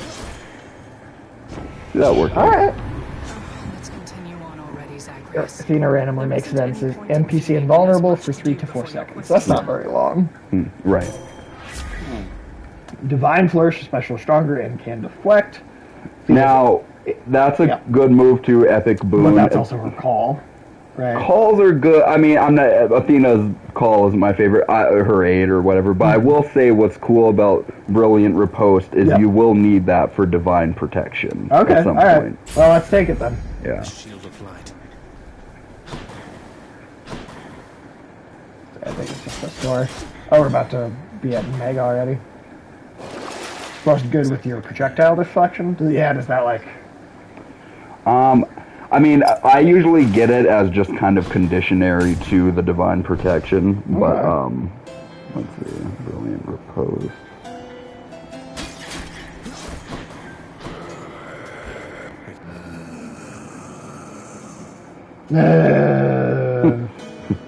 All you ever have to say.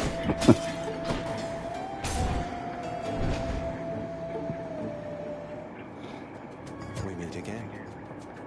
I think he's stoned. That Hydra was a He's like, that's actually Scarecrow.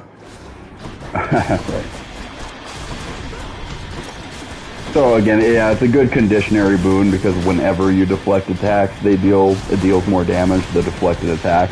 But usually you're only deflecting attacks with another Athena boon. Oh, sure.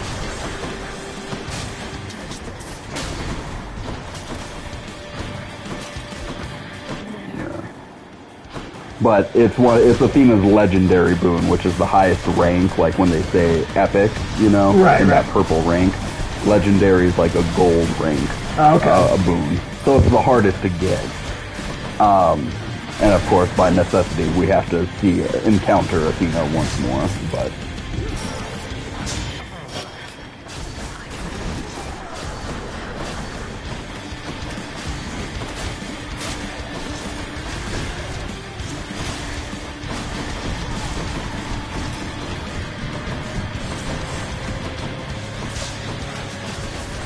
The cool thing about Athena's dash when Megra does that move where she starts shooting all the pink balls at you there is every time you dash you're sending all of those back at her. Oh shit, okay. Which is good for damage.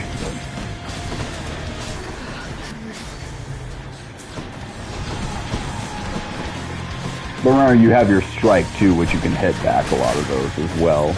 Oh god, yeah, that's right. I forgot about that. You'll probably get hit by some of them, but you know.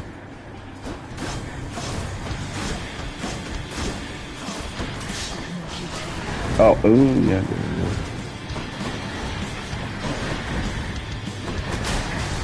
See. But yeah, it's not super easy by any stretch, this game, I mean. Right.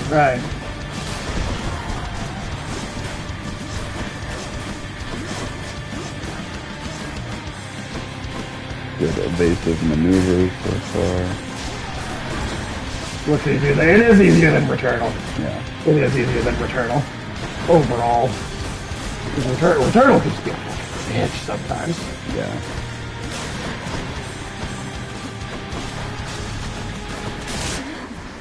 Got her.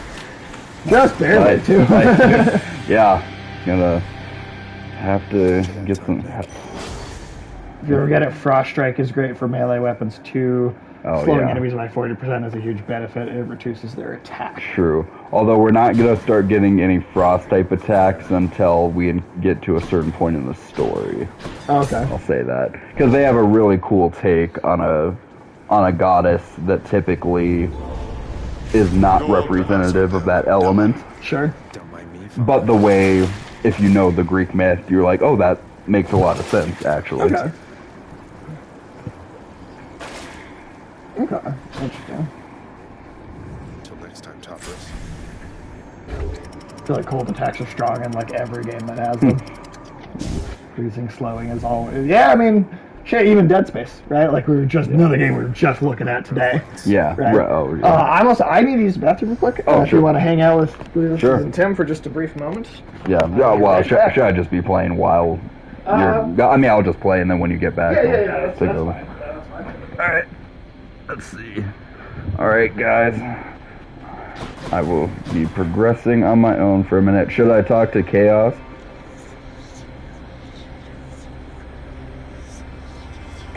Yeah, I better save Sage's health, actually. Yeah. Yeah, sure. Right. I'll just fuck Sage. Fuck Sage, that's what I was thinking. Let's see. The deepest reaches of the underworld. The void from which all life and consciousness sprang forth during the dawn of time. The realm of chaos. A land almost unseen even to denizens of death's kingdom. Oh, that was a cool bit of mythology that I'm sad Sage missed. That I think adds something to Greek mythology in a way. Let's see. For the next 4 encounters, can't earn coin. That's not too bad. That would really fuck Sage over.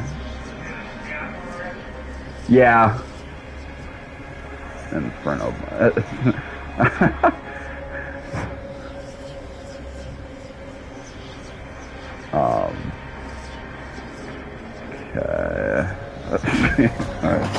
Alright, I am returned. I might have fucked you over with a couple of choices. Fuck you. No, I'm just kidding. I love how much attention they pay to the chthonic gods of the Greek mythos. Yeah, no, hell yeah. Yeah, there's a cool, like, when you get those little, lights you can click on to learn about the setting. So it said, this is the deepest reaches of the underworld from which thought first sprang. Right. And it said that, a part of the underworld that most of the dead have never seen. Oh, sure, yeah. So it's like most of the people in the underworld don't even know it exists. I thought Right, that was which like a is cool awesome. little That's very cool. bit of Which, lore. I mean, that should be the case. Yeah.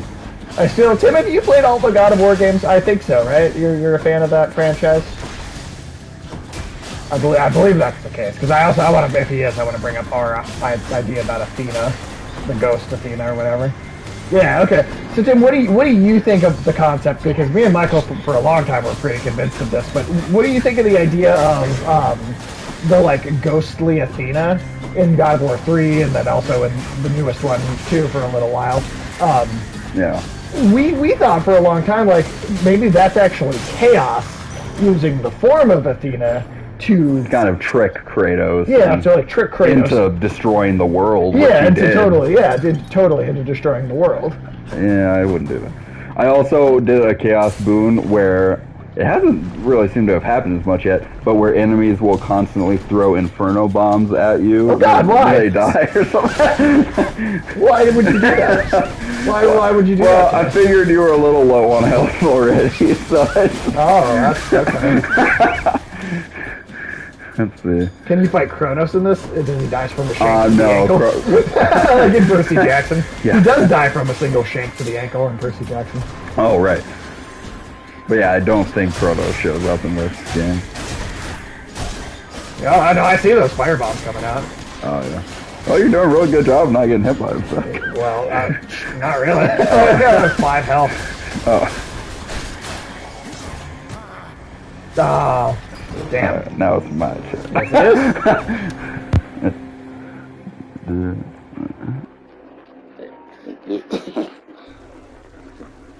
I can't get used to that. All right. If you remember, Athena was left as a spirit in the second game when she died and became rather enlightened. Kratos chose to end his life rather than resurrect Athena at the end of the third game. Well, she wasn't trying to resurrect herself. She just wanted all the gods dead. Her motivation was vague in the third game. Yeah, that's part of the problem with God of War 3, I think, story is that the Athena ghost is so vaguely defined, and they never really give you a good idea of what it really wants, other than just the world to end. And she doesn't become a spirit in 2. Kratos kills her in 2, but then her when she shows up as a spirit in 3, that's like totally new information. That she exists in some form already, or still. But again, I think that the way that is presented would honestly make a lot more sense. Yeah. She should have got her ghost jugs out of ghost jugs out for one of those sex minigames. I mean, hey, why not, right? Let's see, how much? Okay, we have 20. Oh, shit. Let's see. I'm shocked they didn't. I mean, hey, the sex mini game in God of War 3 is with Aphrodite. Right. That's the thing, is it's Aphrodite they do it with. Yeah, although I do miss those sex mini games. Yeah. I feel like they wouldn't have fit into the game very well. Let me fuck this chick in front of you, son. Oh. I just wanted to type ghost jugs. Right. Your extended family, the Olympians. They wish to help you from this place, don't they? I just hope that their intentions are as pure as they appear. They don't get on well with your father. I especially like that within the lore of the Iliad, because having been in the Trojan Wars and everything, which in the myth the gods take a huge part. They're just rival gods, take factions with the Trojans or the Greeks. So I just love that he's like, yeah, those gods are fucking shady. Don't try. Neither do I. Last time I checked, I'll take all the help I can get trying to break out of here. I'm pleased to hear you say that. I've known too many far too proud to accept help, even when it was sorely needed. You just be careful. Do you remember that dude? He was on like Wheel of Fortune, or which one is it where you guess you have to like fill in the blank spaces to try and like guess what like a name or like a saying is? Is that Wheel of Fortune? I think it's Wheel of Fortune. Yeah, I think it is. It was Was it Jeopardy? Maybe it was. I thought. No, I Jeopardy is where you guess the or you answer the question. Maybe I'm misremembering the format though. Right. But I'm pretty sure I think it's Wheel of Fortune. Yeah. I'm pretty sure it was Wheel of Fortune. And it was he had to guess. I'm pretty sure it was that he had to guess the phrase or the title or the word or whatever, and he gets it right. He says it's Achilles, but he goes the Greek hero Achilles. Oh yeah, and then right. they counted it as the wrong answer because he said it wrong. Mm-hmm. Right, that was look on that guy's face, just the disappointment in himself. Yeah. Achilles making the rounds. Achilles, you mean? Achilles, baby back. Achilles, baby back ribs. I go to that restaurant, Achilles, baby back ribs. Shit, why not? Mm-hmm. And fewer still are permitted to anywhere near their vicinity. Still waiting for the festive occasion when we'll open one of these. What's for sale? On a key. Was that a poster of Duke Nukem with us? No, that's Achilles. That's Achilles on the wall. Let's see. Yeah, it's Jewish Duke Nukem. That's what that picture is. I want to see how many keys we need for those gloves. Let's see. We need 5, I believe, to unlock like the next whatever thing in the mirror.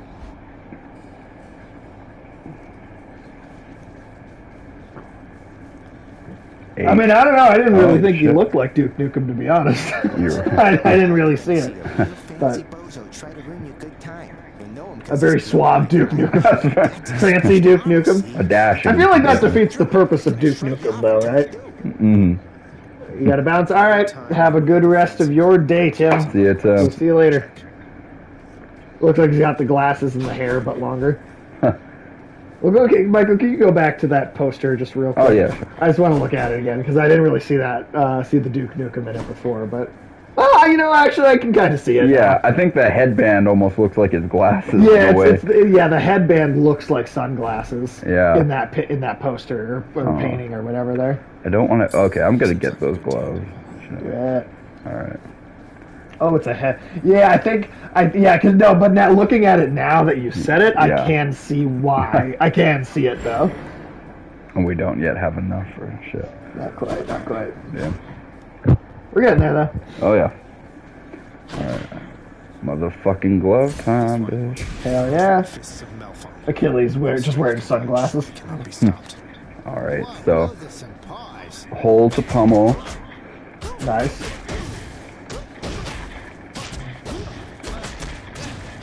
Yeah, that's awesome.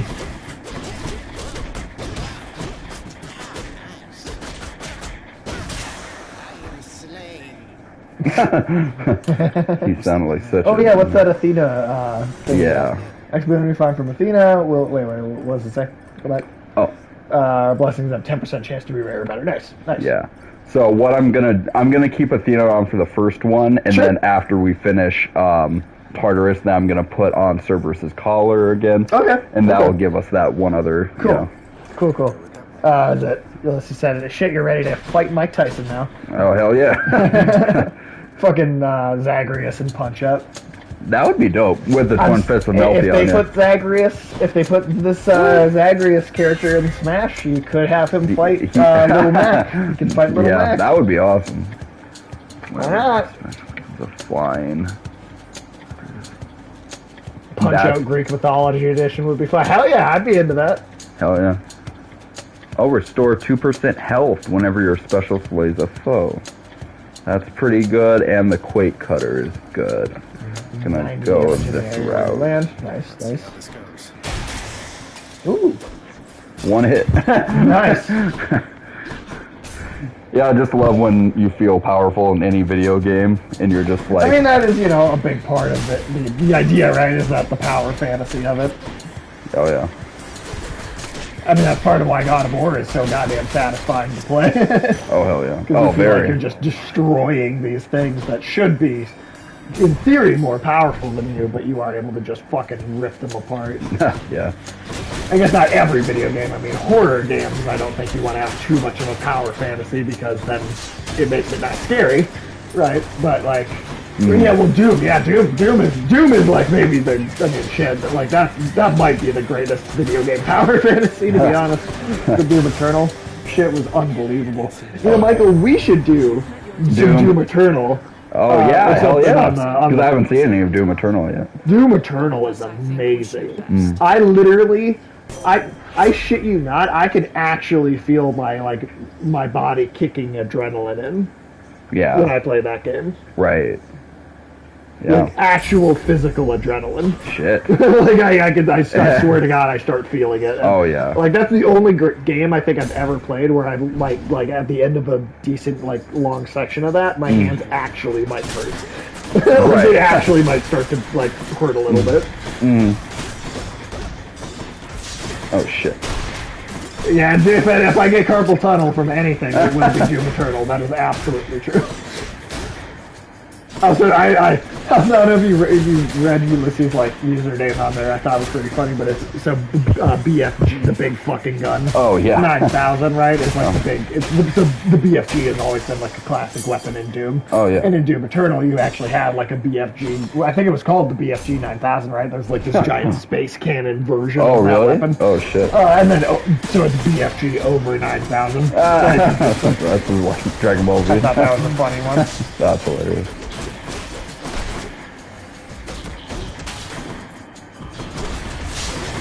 Oh shit. I should actually plug a schedule into the Twitch page though. There's actually a place to put a schedule in. Right. Now I feel like we actually have like a pretty consistent thing going for the most part. I mean, literally every Tuesday at 6:30. You know. Oh yeah, right. Ours is going to change a little bit. I was gonna say maybe 3 on Tuesdays for us. And it could always be a thing too, where if you're not here quite right at 3, I could turn the game on. I could start streaming, have the extra controller and headset ready to go, and just unlock the door, so you could just walk in. Oh, that'd be awesome. Sit down and be like, hey, that's a good idea. Just come into it. Yeah, I like it. They actually also did a BFG 10K in Quake 2 or maybe 4. Either way, the BFG got fatter later. Yeah. Yeah, I didn't realize that weapon was in Quake too. I always thought Steven Spielberg was a weird choice to direct a BFG movie. The big fucking gun movie. Yeah.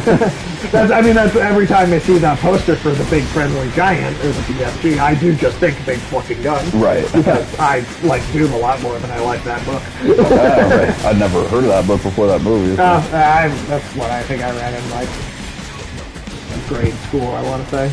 It's a kid's book. It's totally like a kid's book. I hope I get that call. Only in later Quake, not the first ones. The air is beautiful and brisk, the gardens lush, the feasting plentiful. Why, it must be the opposite of everything to which you are You're right. Yeah, I read that as a kid, so when I saw that they were, for me it was more just like, really, they're making a movie of that, than surprised at its existence. I was just like, really? Right. I mean, I remember reading that book and thinking, even as a kid, I'm like, this would not translate well to a movie. Yeah. Even the book, I was like, I don't know. I was a little kid when I read that, so I don't remember it that well at all. Right. But I do remember even then, I was like, this would not make for a good movie. Right. Let's see. Yeah, Aphrodite's aid, like the way these fists were able to, one punch that that first enemy in the game. I was fighting like a Megara with these fists when she moves around so much. Yeah.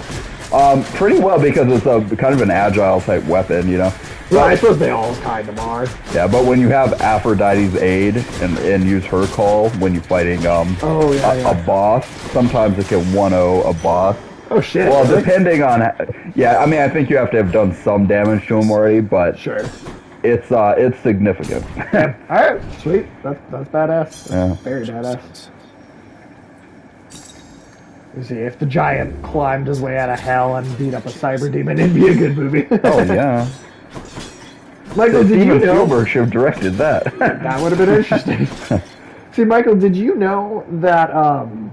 So you know the cyber demon, right? In Doom, right? Yeah. It's like the very big mechanical.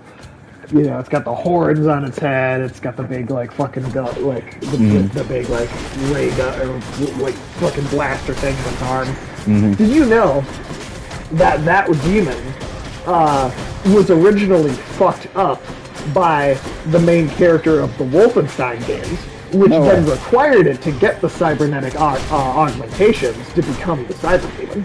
No way. That's actually a part of the lore with the original versions of Doom and Wolfenstein. And B.J. Blazkowicz, the protagonist of Wolfenstein, is actually like an ancestor to the Doom guy.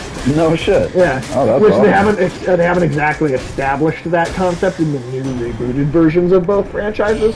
Right. But yeah, I think it'd be pretty cool if they brought that up at some point.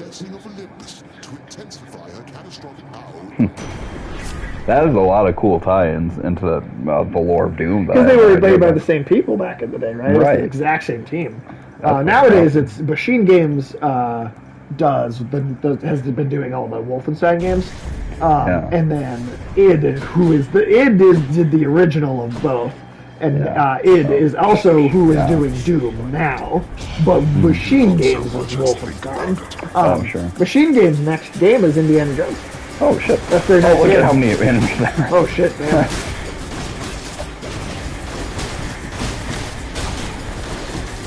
Thank God the environmental traps hurt the enemies in this, though, because they did not hurt the enemies in Returnal. Lost no health in that. That was Nice. awesome. 84. You should give me 100 coins, Hades, you bastard. That's a piece of shit. Asshole father. Let's see. Flame throws up a 15% chance to drop health items. That's do fairly 50% helpful. damage striking on damaged foes. Machine Games did Quake Remastered too, so I'm curious who would do Quake proper if they return. Because Doom Eternal, the DLC for Doom Eternal has been said to be the end of the rebooted Doom franchise. Oh really? Like they did Doom 2016, then they did Doom Eternal, and then they did the two story campaign expansions, and that's supposed to be it. Like they're not supposedly they're not even doing a third game. Oh wow. Like those two games, that's Doom. But that's interesting because then what is it going to work on? Right. And is it Quake? Because it'd be cool to see Quake make a comeback. That's also one of their old school, FPS franchises. Me and Ulysses have been really hoping for a while that they might resurrect Heretic. Oh, Sisyphus. Oh, you gotta get your cast still. Oh, well, I guess it comes automatically too. You had Quake Champions recently, so it seems likely. Yeah, I do think Quake is coming back. I think Quake's coming back for sure. Within the underworld, whose lord and master is especially unkind to those attempting to achieve death. Lots of wretchedness to go around, I guess. Princess. That's that. If I may be so bold, Your Highness, I was wondering what brings you back around this way again? Same story as last time? Look, I have to level with you, Sisyphus. It's interesting, without getting into any spoilers, because the second part of Raven Games, didn't Raven Games also do X-Men Legends, I thought? I thought they did, Raven or Software, Ravenware, yeah, right. something like that. Yeah, Raven Games or Raven Software. I thought I'm pretty sure that's the studio that did X-Men Legends. So they did Heretic? That's interesting.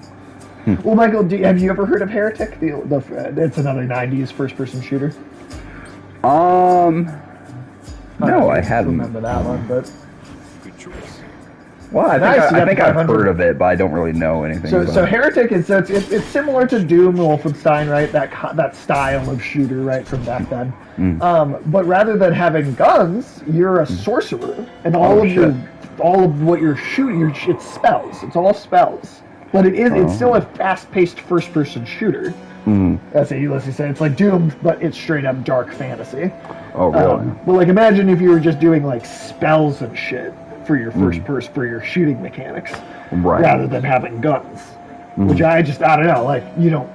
Other than Heretic, and the Heretic sequel back in the day, I don't think there's really any modern first-person games that are like that. I just don't think I can't think of that being a thing. The Ghostwire Tokyo looks like it's doing some hand-to-hand kind of maybe spell-based for FPS combat. That looks cool. That's coming out next year. That's a cool looking game. That's a very, very cool looking game actually. Yeah. I don't know. And Heretic's one me and Ulysses have been really hoping to maybe see make a comeback. Yeah. Just because what other there's no other FPS games. Ooh, one of the other Fury. Oh shit! It's a different one. A Typhon. Oh, shit. She has problems speaking too, except for the word murder. Or murder? Exactly. Not murderer. Definitely not. Just, okay. Oh, murderer. Yeah. So, she goes after those who've committed murder. Cool. Do we know what her name is? Which one she is? It said it up there, her name. Oh, did it? I thought you said question marks. See, look. Okay. Yeah. Tiffany? Okay. Yeah. Sweet. So, does she fight similarly, or she's got her own? No, they all fight a little different. All right, cool. I like that we're getting different ones. I was wondering when you have a crossbow that's like a magic shotgun, magic inventory item, so that you turn enemies into chickens or fly, and you fight weird shit like floating iron skulls. See, and she changes the shape of the room even. Oh, that's cool. During that's cool. Kind of. So now that you've seen her, will it rotate more often which one you fight in this spot? Yeah. I like that. We haven't seen the third sister yet, and sometimes I believe you fight all three at once. Goddamn! At least two of them at a time, but all right, shit. I think all three. That sounds like two furious, one cup, right? Yep. You know the Greeks would have been into that kind of shit, literally.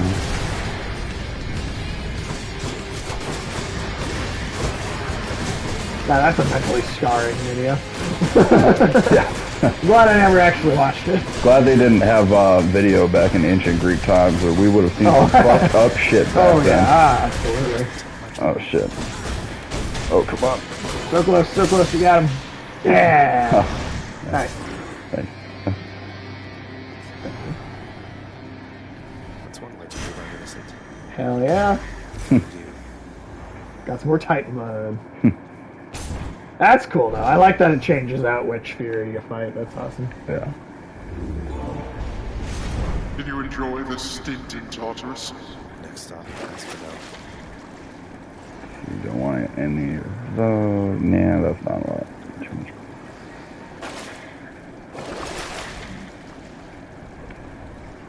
Come on, no. And then It's my keepsakes. leave. And then the more you have that item attached or equipped when you go through encounters, it'll upgrade the rank of it, which will make like the rank of boons better too. So cool. Cool. That's awesome. Yeah. Let's see. That's very cool. Oh, you know what? You know what, Michael? We should do a stream for Control. Oh yeah. Because that is the, in a way, the sequel to Alan Wake. Right after all this time. Right, exactly. I'm trying to think if I should go for Divine Protection or not. Yeah, alright. The Control is very much its own game, but it does set... It feels like, I don't know. It feels like Alan Wake as much... Like, Alan Wake stands on its own. Control mostly stands on its own. Mm-hmm. But, like, there is this... Like, Control feels like it's building a universe. Right. Like a real universe.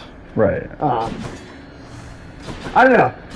Control, it's hard to compare Control to a lot of other things, honestly. Like, kind of, maybe a little bit of like the original Half-Life at times. It's got like, just because it's so weird and new and different and like, truly mysterious.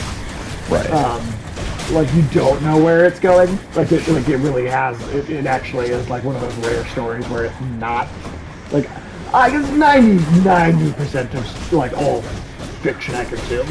I'm gonna be like, yeah, I basically know how this is gonna end. 10 minutes. Or I've seen this before. Or I've seen this story before. I've seen a version of this book. Almost everything is like that. Right. But Control is one of those like things where I'm like, I don't know where this is gonna fucking go. Like, right. I don't really know what this is. Oh, the lava is getting me a lot on this time. Control's like X-Files meets Lovecraft. Yeah, I mean, it's definitely, yeah.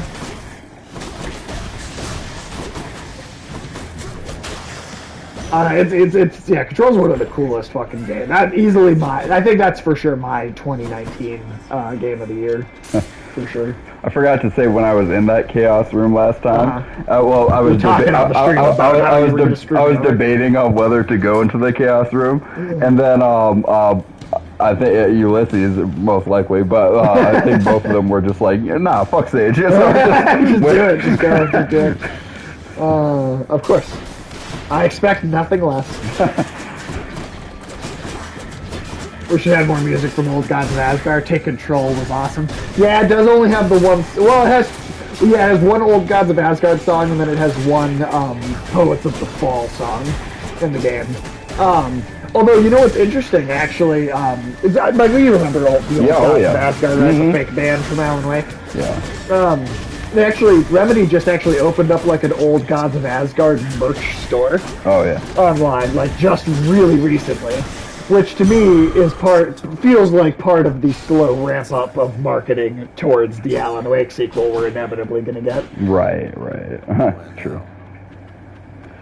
I really want Remedy to make a game that takes place in the 70s when the Old Gods of Asgard band members were like young, because there's some stuff in both Alan Wake and Control that references like a major like supernatural occurrence, which we know was Thomas Zane and Barbara Jagger, and like the original like the cabin on the island in Cauldron Lake going down into the water and.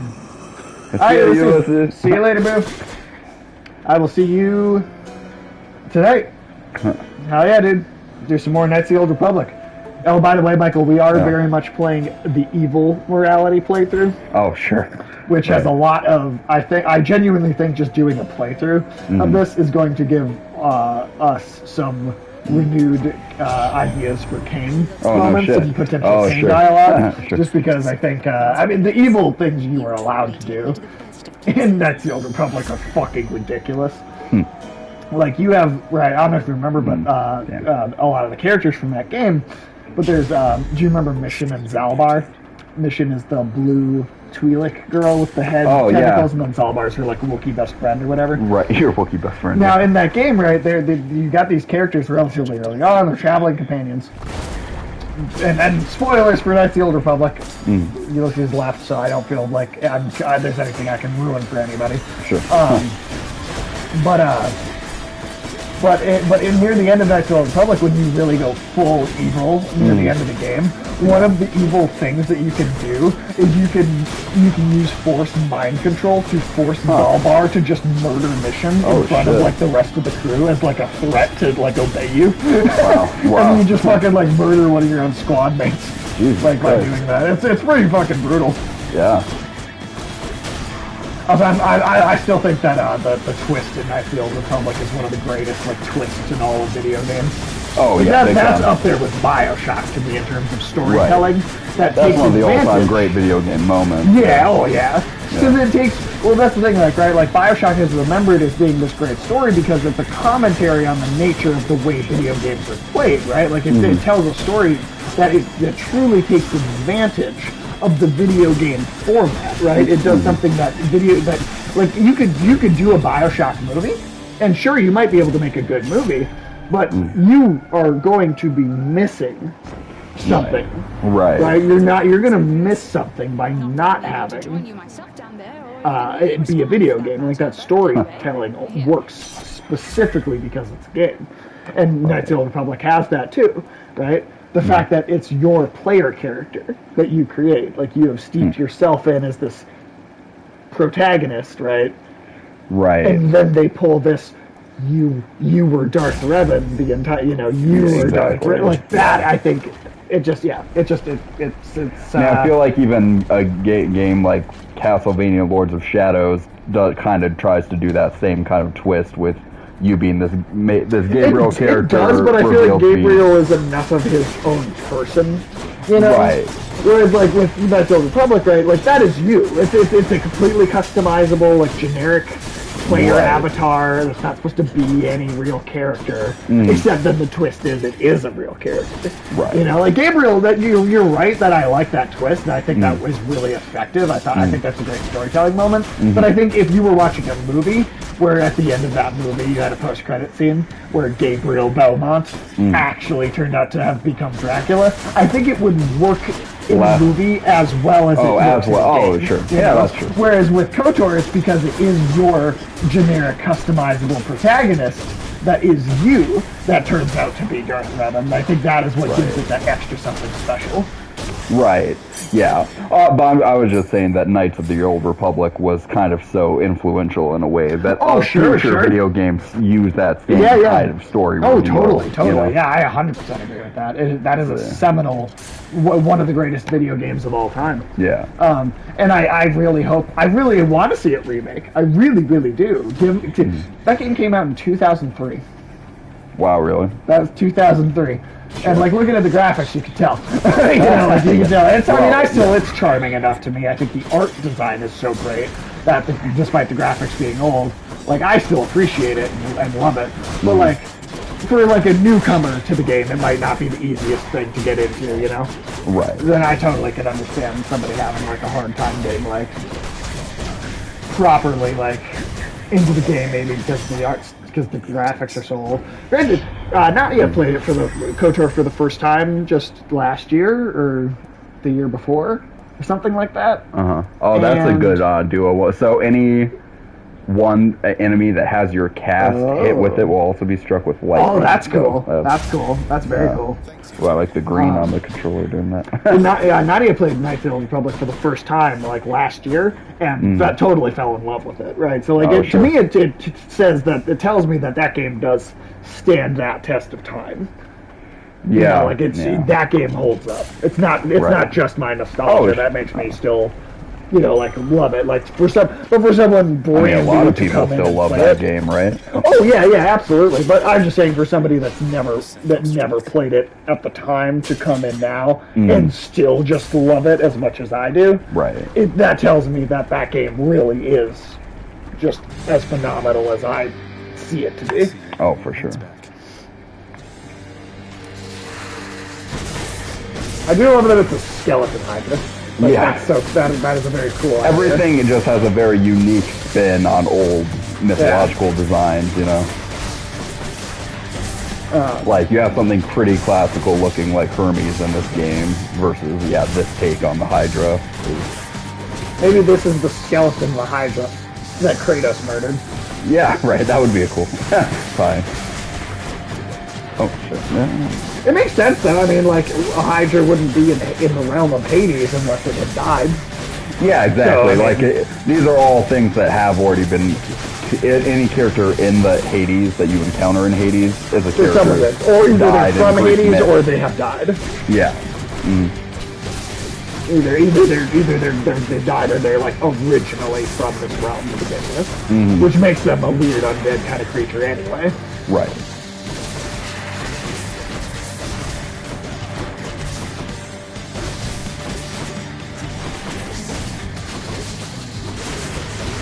Yeah, I can totally put Control on. Maybe that's our next game.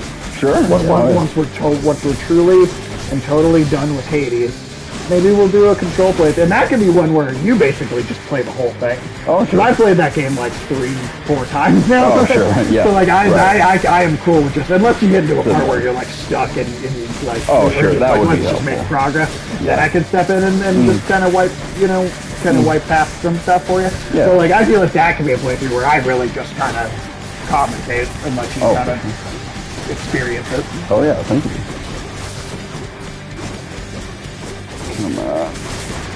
There we go.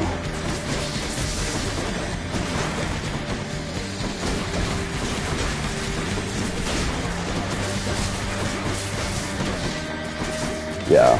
The next playthrough, I figure the next one will be our last little attempt that you play. Sure, that's a good amount of time for today.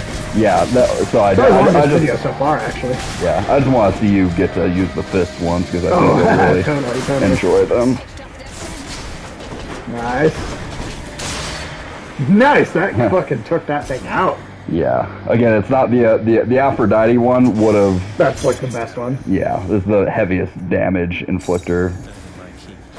That is funny to me that she has that she's got the Yeah, the it's heaviest damage. just a single heart projectile, and the second that lands, it's fucking over. Let's see.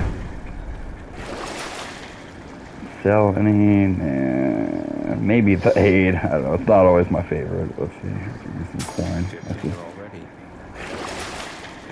Got cleaner already. I don't know what the fuck he's talking about. You fucking weirdo, never taking baths and shit. You are a weird one, Zagreus. That's it for us, Fidel. Yes. Nice. All right. Elysium. Let's see if I can actually make it to the boss on this one. I'm curious what the boss is. I haven't actually gotten to see it yet. You'll like it. It'll be interesting. Let's see. Coin, or I got some 181. Let's get some hearts. Man, you know what would be a fun stream, because especially you're talking about how you were talking to me about how you don't really play, like, you just don't feel like the motivation to like play Smash Bros too much just on your own. Right. It's a social game. It's made to be multiplayer. It's made to be multiplayer. Yeah. But that at some point in the future, that would be very fun to just have a stream of that and have people just come in and hang out. Yeah. And we're not really even like focused right. on beating anything. It's just a matter of hanging out and kind of. That could be a very fun game for that. Yeah. And at some point when we have, more of like a consistent like chat all the time and like, people are coming in all, regularly. Smash Bros can be a good one when it is just the four of us hanging out, because usually you do a specific game with each of us individually. That's true. So it makes sense in that way too. Did I get anything from this room? I don't think so. What was the point of this chamber? I don't know. That was weird. But I also was thinking, like, Smash Bros, some of those online multiplayer games like that, it would be fun to just be able to be like, hey, random people in the chat, link up with us. Yeah, kind of a thing. for sure. Like, not necessarily like Alex and Ulysses, who will totally pop into the chat and hang out. Oh, yeah. But like the totally new people that we don't know outside of this, Oh yeah, totally. Like I actually am going to co-stream.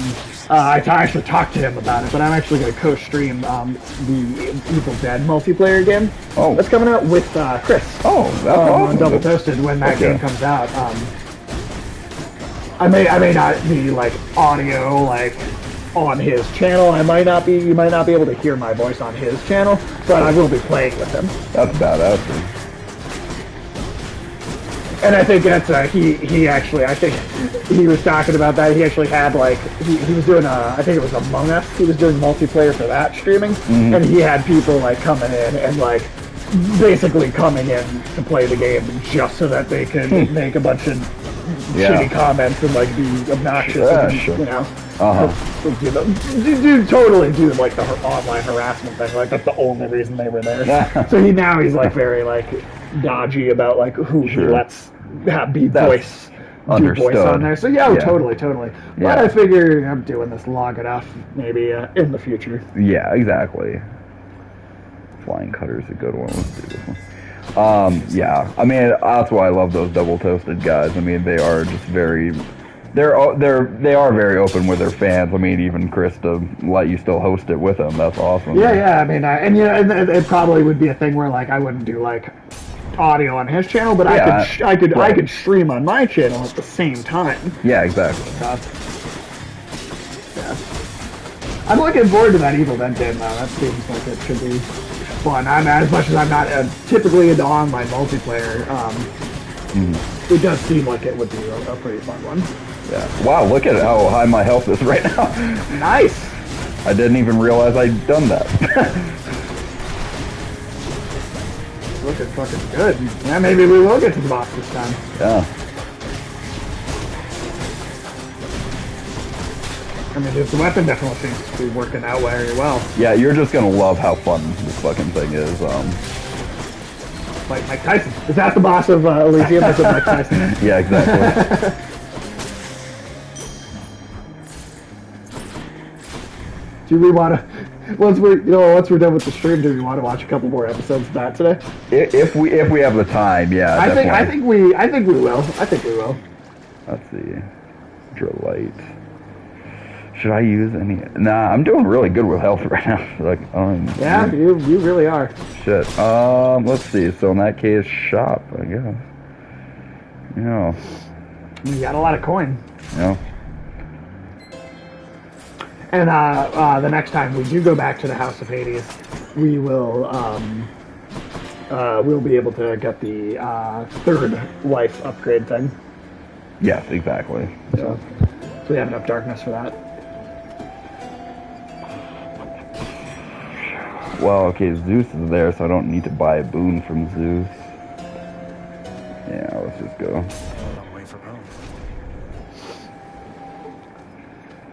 This is the first. Here's the Minotaur, the first. Asterius is the Minotaur's name. Cool. But I love that design. Yeah, he's not the actual final boss. No. I figured he was like a sub-enemy, kind of sub-boss, mini-boss. He's part of the final boss, but you'll like how that plays. Is it like a Voltron of Greek features? Not quite like that, but it'll make sense to you, like from myth, once you see what's going on there.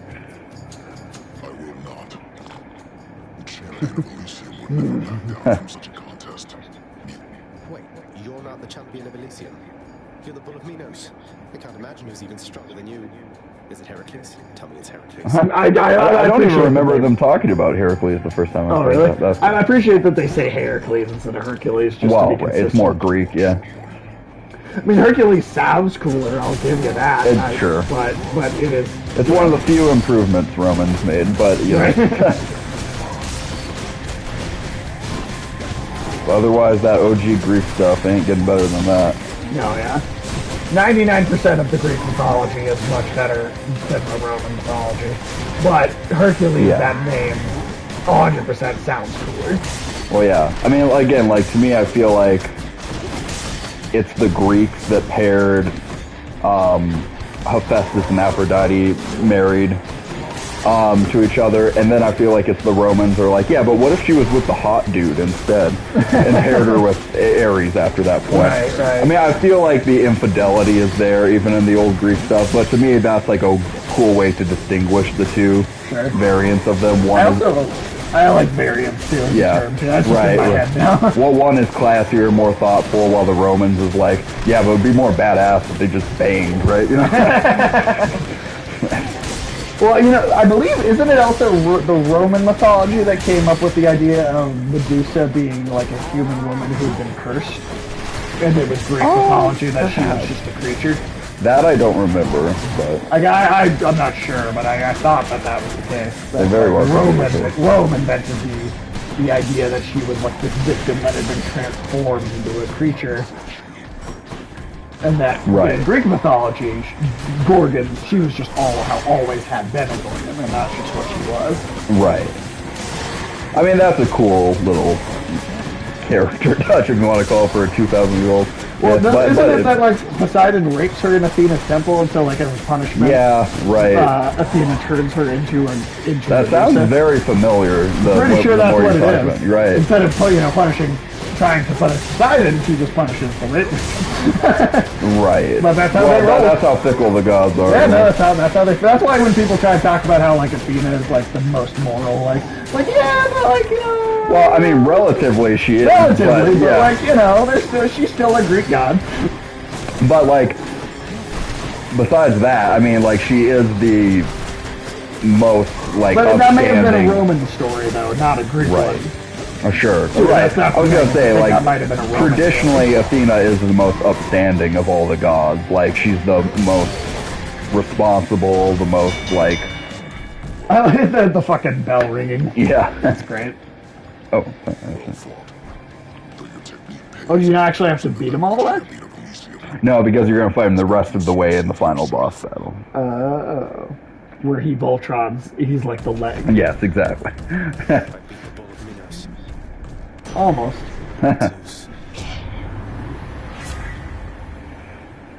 Yeah, I might as well go with your aid. Your aids. My AIDS, my contagious AIDS! I gotta watch Comrade Detective again. Oh, hell yeah. That show's fucking hilarious. Mm-hmm. Oh my god. I wish that they could have made another season of that. Yeah. I mean, it's so good a concept on its own. It's like anytime something really original like that comes out, I'm just like, No, I mean, Yep. you don't want to extend it past its natural ending point, but like, did they have ideas for more, or did they not continue it because not enough people watched it? Right. But of course, I like how they do him the most like a traditional Grim Reaper kind of design. Is that really why you think I'm here? Let's see how many of these exalted. This is who Thanos wanted to fuck. Exactly. Yeah, that's true. But and again, another child of Nyx. Yeah. This, I love the eye and the scythe too. Yep. So here, you're trying to kill enemies faster than death. Oh, it's like a competition. Which is, it's hard to do the first, because he can instant them, Oh, sure. You have to work your way up to being more powerful. Yeah, a little bit. Oh, damn it. Death. Like, on a regular basis, where in my game, I can usually beat him in the context, but the first time, you also want to get the enemies that are outside the bounds of the purple circle if possible. Oh, okay. Because he's not actually touching those ones. Yeah. He's just area of effecting, basically. Yeah. And anything in that circle. Mm-hmm. Oh, by the way, did you watch any of that MODOK show? No, not yet. It wasn't consistently like the best thing all the time, but it had some pretty goddamn great moments throughout. It literally just feels, to me, it feels like a Robot Chicken skit that just decides to double down and focus and just continue that skit for a whole show. Right. And that's literally what the animation looks like. Oh, sure. It's literally action figure like. Is that it? No escaping death and all. I left when it was necessary, then. I thought of you and hoped you'd understand. I should let you know that like, unlike Tim Drake, Zagreus actually is kind of bi for death. I assume everyone in Greece is bi. Yeah. That's more motivation than I've ever heard from you. Well, if you won't say it, I'll say it. I mean, I really do. And it's Greek mythology. Everybody's just fucking everybody. Right. Because it's like not like super profound or anything. I'll give you one little spoiler. Like later on into the games, there will come a point where you will fuck both Megara in your bedroom. You'll fuck Thanatos in your bedroom. Okay. At one point, I think you fuck both of them. So they do have the God of War sex mini games in here. Yeah, but it's not like you don't actually see the mini game. Well, you didn't see it. You just go to the but table you would actually see the vase shaking, and you would hear them having sex. Here it skips the sex completely. Yeah, but at some point not quite that. It wasn't quite, even in God of War, it wasn't like that, Chris. No, it wasn't. But at some point you'll have a threesome with Death and Mig. All right, I'm into that. And then everybody's just like, "Yep, well, let's go home now." Like it's just like always very like that happened, and I mean, I guess to these immortal beings, it's like sex is really like nothing to them. It's something to do. Yeah. Like half the time sometimes. Yeah, only Zeus seems to be the only one still getting excited about it every now and then. And that's because he's moved on to animals. Yeah, that furry fuck. Zeus is kind of the original furry. Yeah, I know, it's sad, but I don't like to think of it in those terms, but you're right. At least he didn't go to conventions, though. I mean, at least he didn't go to conventions. I like that. I mean, I feel like that's some bonus points. Oh yeah, big time. Power of Olympus. Okay, let's see.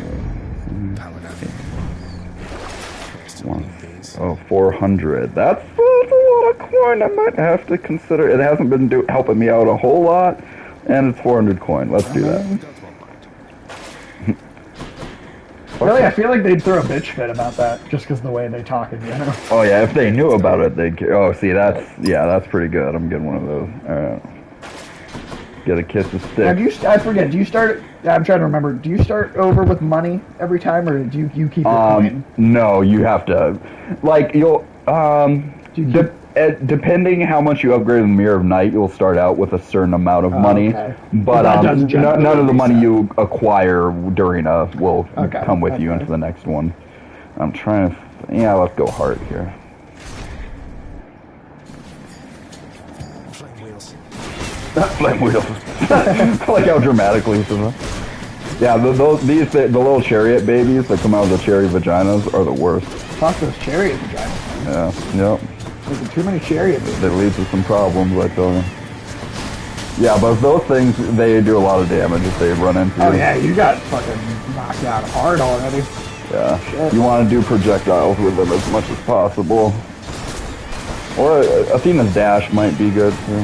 Oh yeah, because it's like protect you. Yeah. Damn.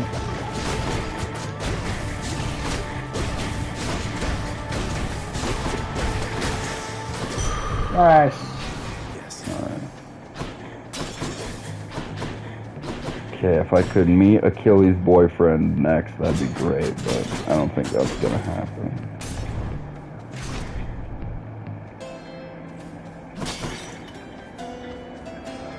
Shit. I would also like to replace Zeus's... I have a lot of money still. If you go out to that ledge, will it do the like zoom out to show you some art? That's only at the beginnings of levels, okay. yeah. Let's see if there's anything here. Sweet. Reduce damage.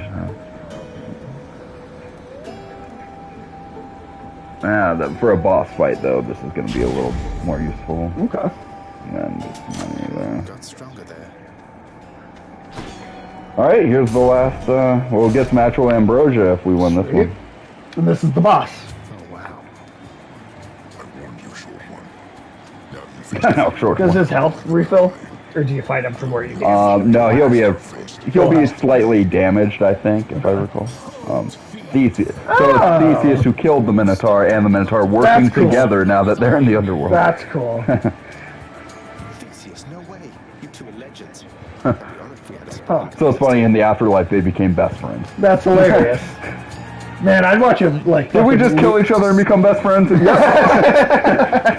I would totally watch Lethal Weapon with Theseus in the fucking bull. Yeah, right. It's just Lethal Weapon, but with those two. That was, yeah, isn't that great? See, yeah, Minotaur, he's got some damage. So he does have some health on him. Alright. I think this is the first dual boss fight you've seen now. Yeah, no, it definitely is. Which is always the case with them, but I think there's a point where you get the Minotaur kind of jealous of Theseus and he won't fight with him for a bit, but they have a little bitch fit, but... Well, I mean, you know, they may not just be best friends. Come on, what, are you a shipper now? Although the Greeks were the original ultimate shippers, I have to say. Well, they're also the original fuckers. Yes, they are. They weren't just shippers, you're right. They actually participated in the fucking, all of them. Yeah. They didn't just watch from afar. They're like, oh, I'm getting in on that. Voyeurism was not good enough for them. No. That was probably a sin in ancient Greece.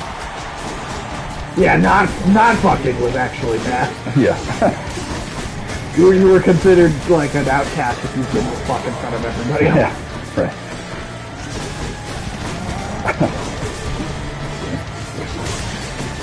So anytime he gets his crosshairs on you, want to dodge Theseus.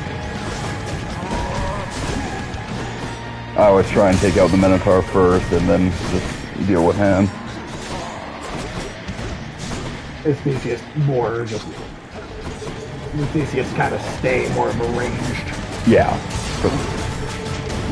But if he like jumps on you like that kind of attack that Minotaur is doing right now, that'll do some damage. So. And eventually he'll get a Olympian god to help him fight you. Theseus will when it's just him. Shit,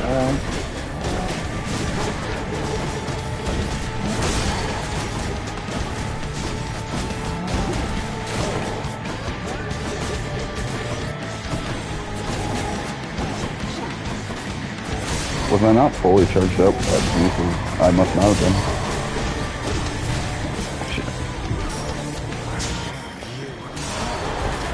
Alright. This is for all the marbles right now.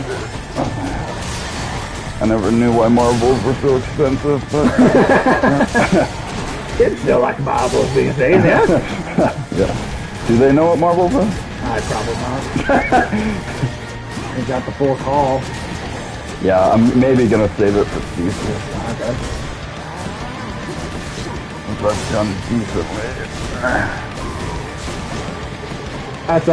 That is a great little bit of writing and just great like dialogue in the DuckTales reboot from just a couple years ago. Oh yeah.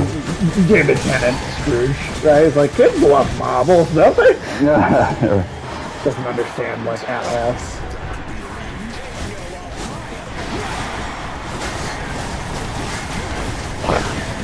Alright. It's one of those where you actually have to be hitting him though, so I did decently. It's not as effective as others. Yeah. I mean, Dionysus. I don't like when Dionysus gets me.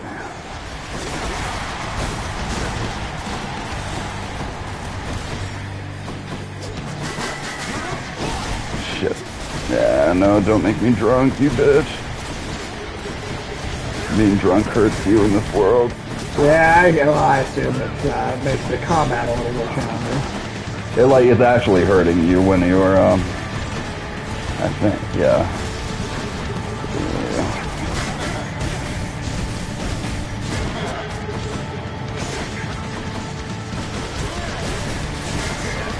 But I think he got a little hangover too. It's actually called hangover when that's affecting you. Oh shit. I'm not gonna survive this one, but yeah, pretty damn far though. Yeah. Well, now you've seen this far. This is pretty far into the game, actually. So. Shit. Oh fuck. I say you made it, man. You made it pretty damn far. All right. If you want to do an attempt, you can. Otherwise, we can. I'm thinking maybe we'll stop here. Okay, we'll do some story. Let's walk around and like look at things in here. But I think we could call it at that run. Yeah, that's a solid like 2.5 hour stream today. That's a good. Yeah. That's pretty good. And honestly, again, I think it's gonna make you talk to them over again once we start again. So we. Oh well, yeah, we might as well just quit it then. All right, cool. All right, well, yeah, check out the. Yeah, we'll see you next time, I guess. Tuesday at like 3. I think that'll work. Yeah. Hell yeah. All right. Sweet. Yes, we'll see y'all next time. Yep. Bye.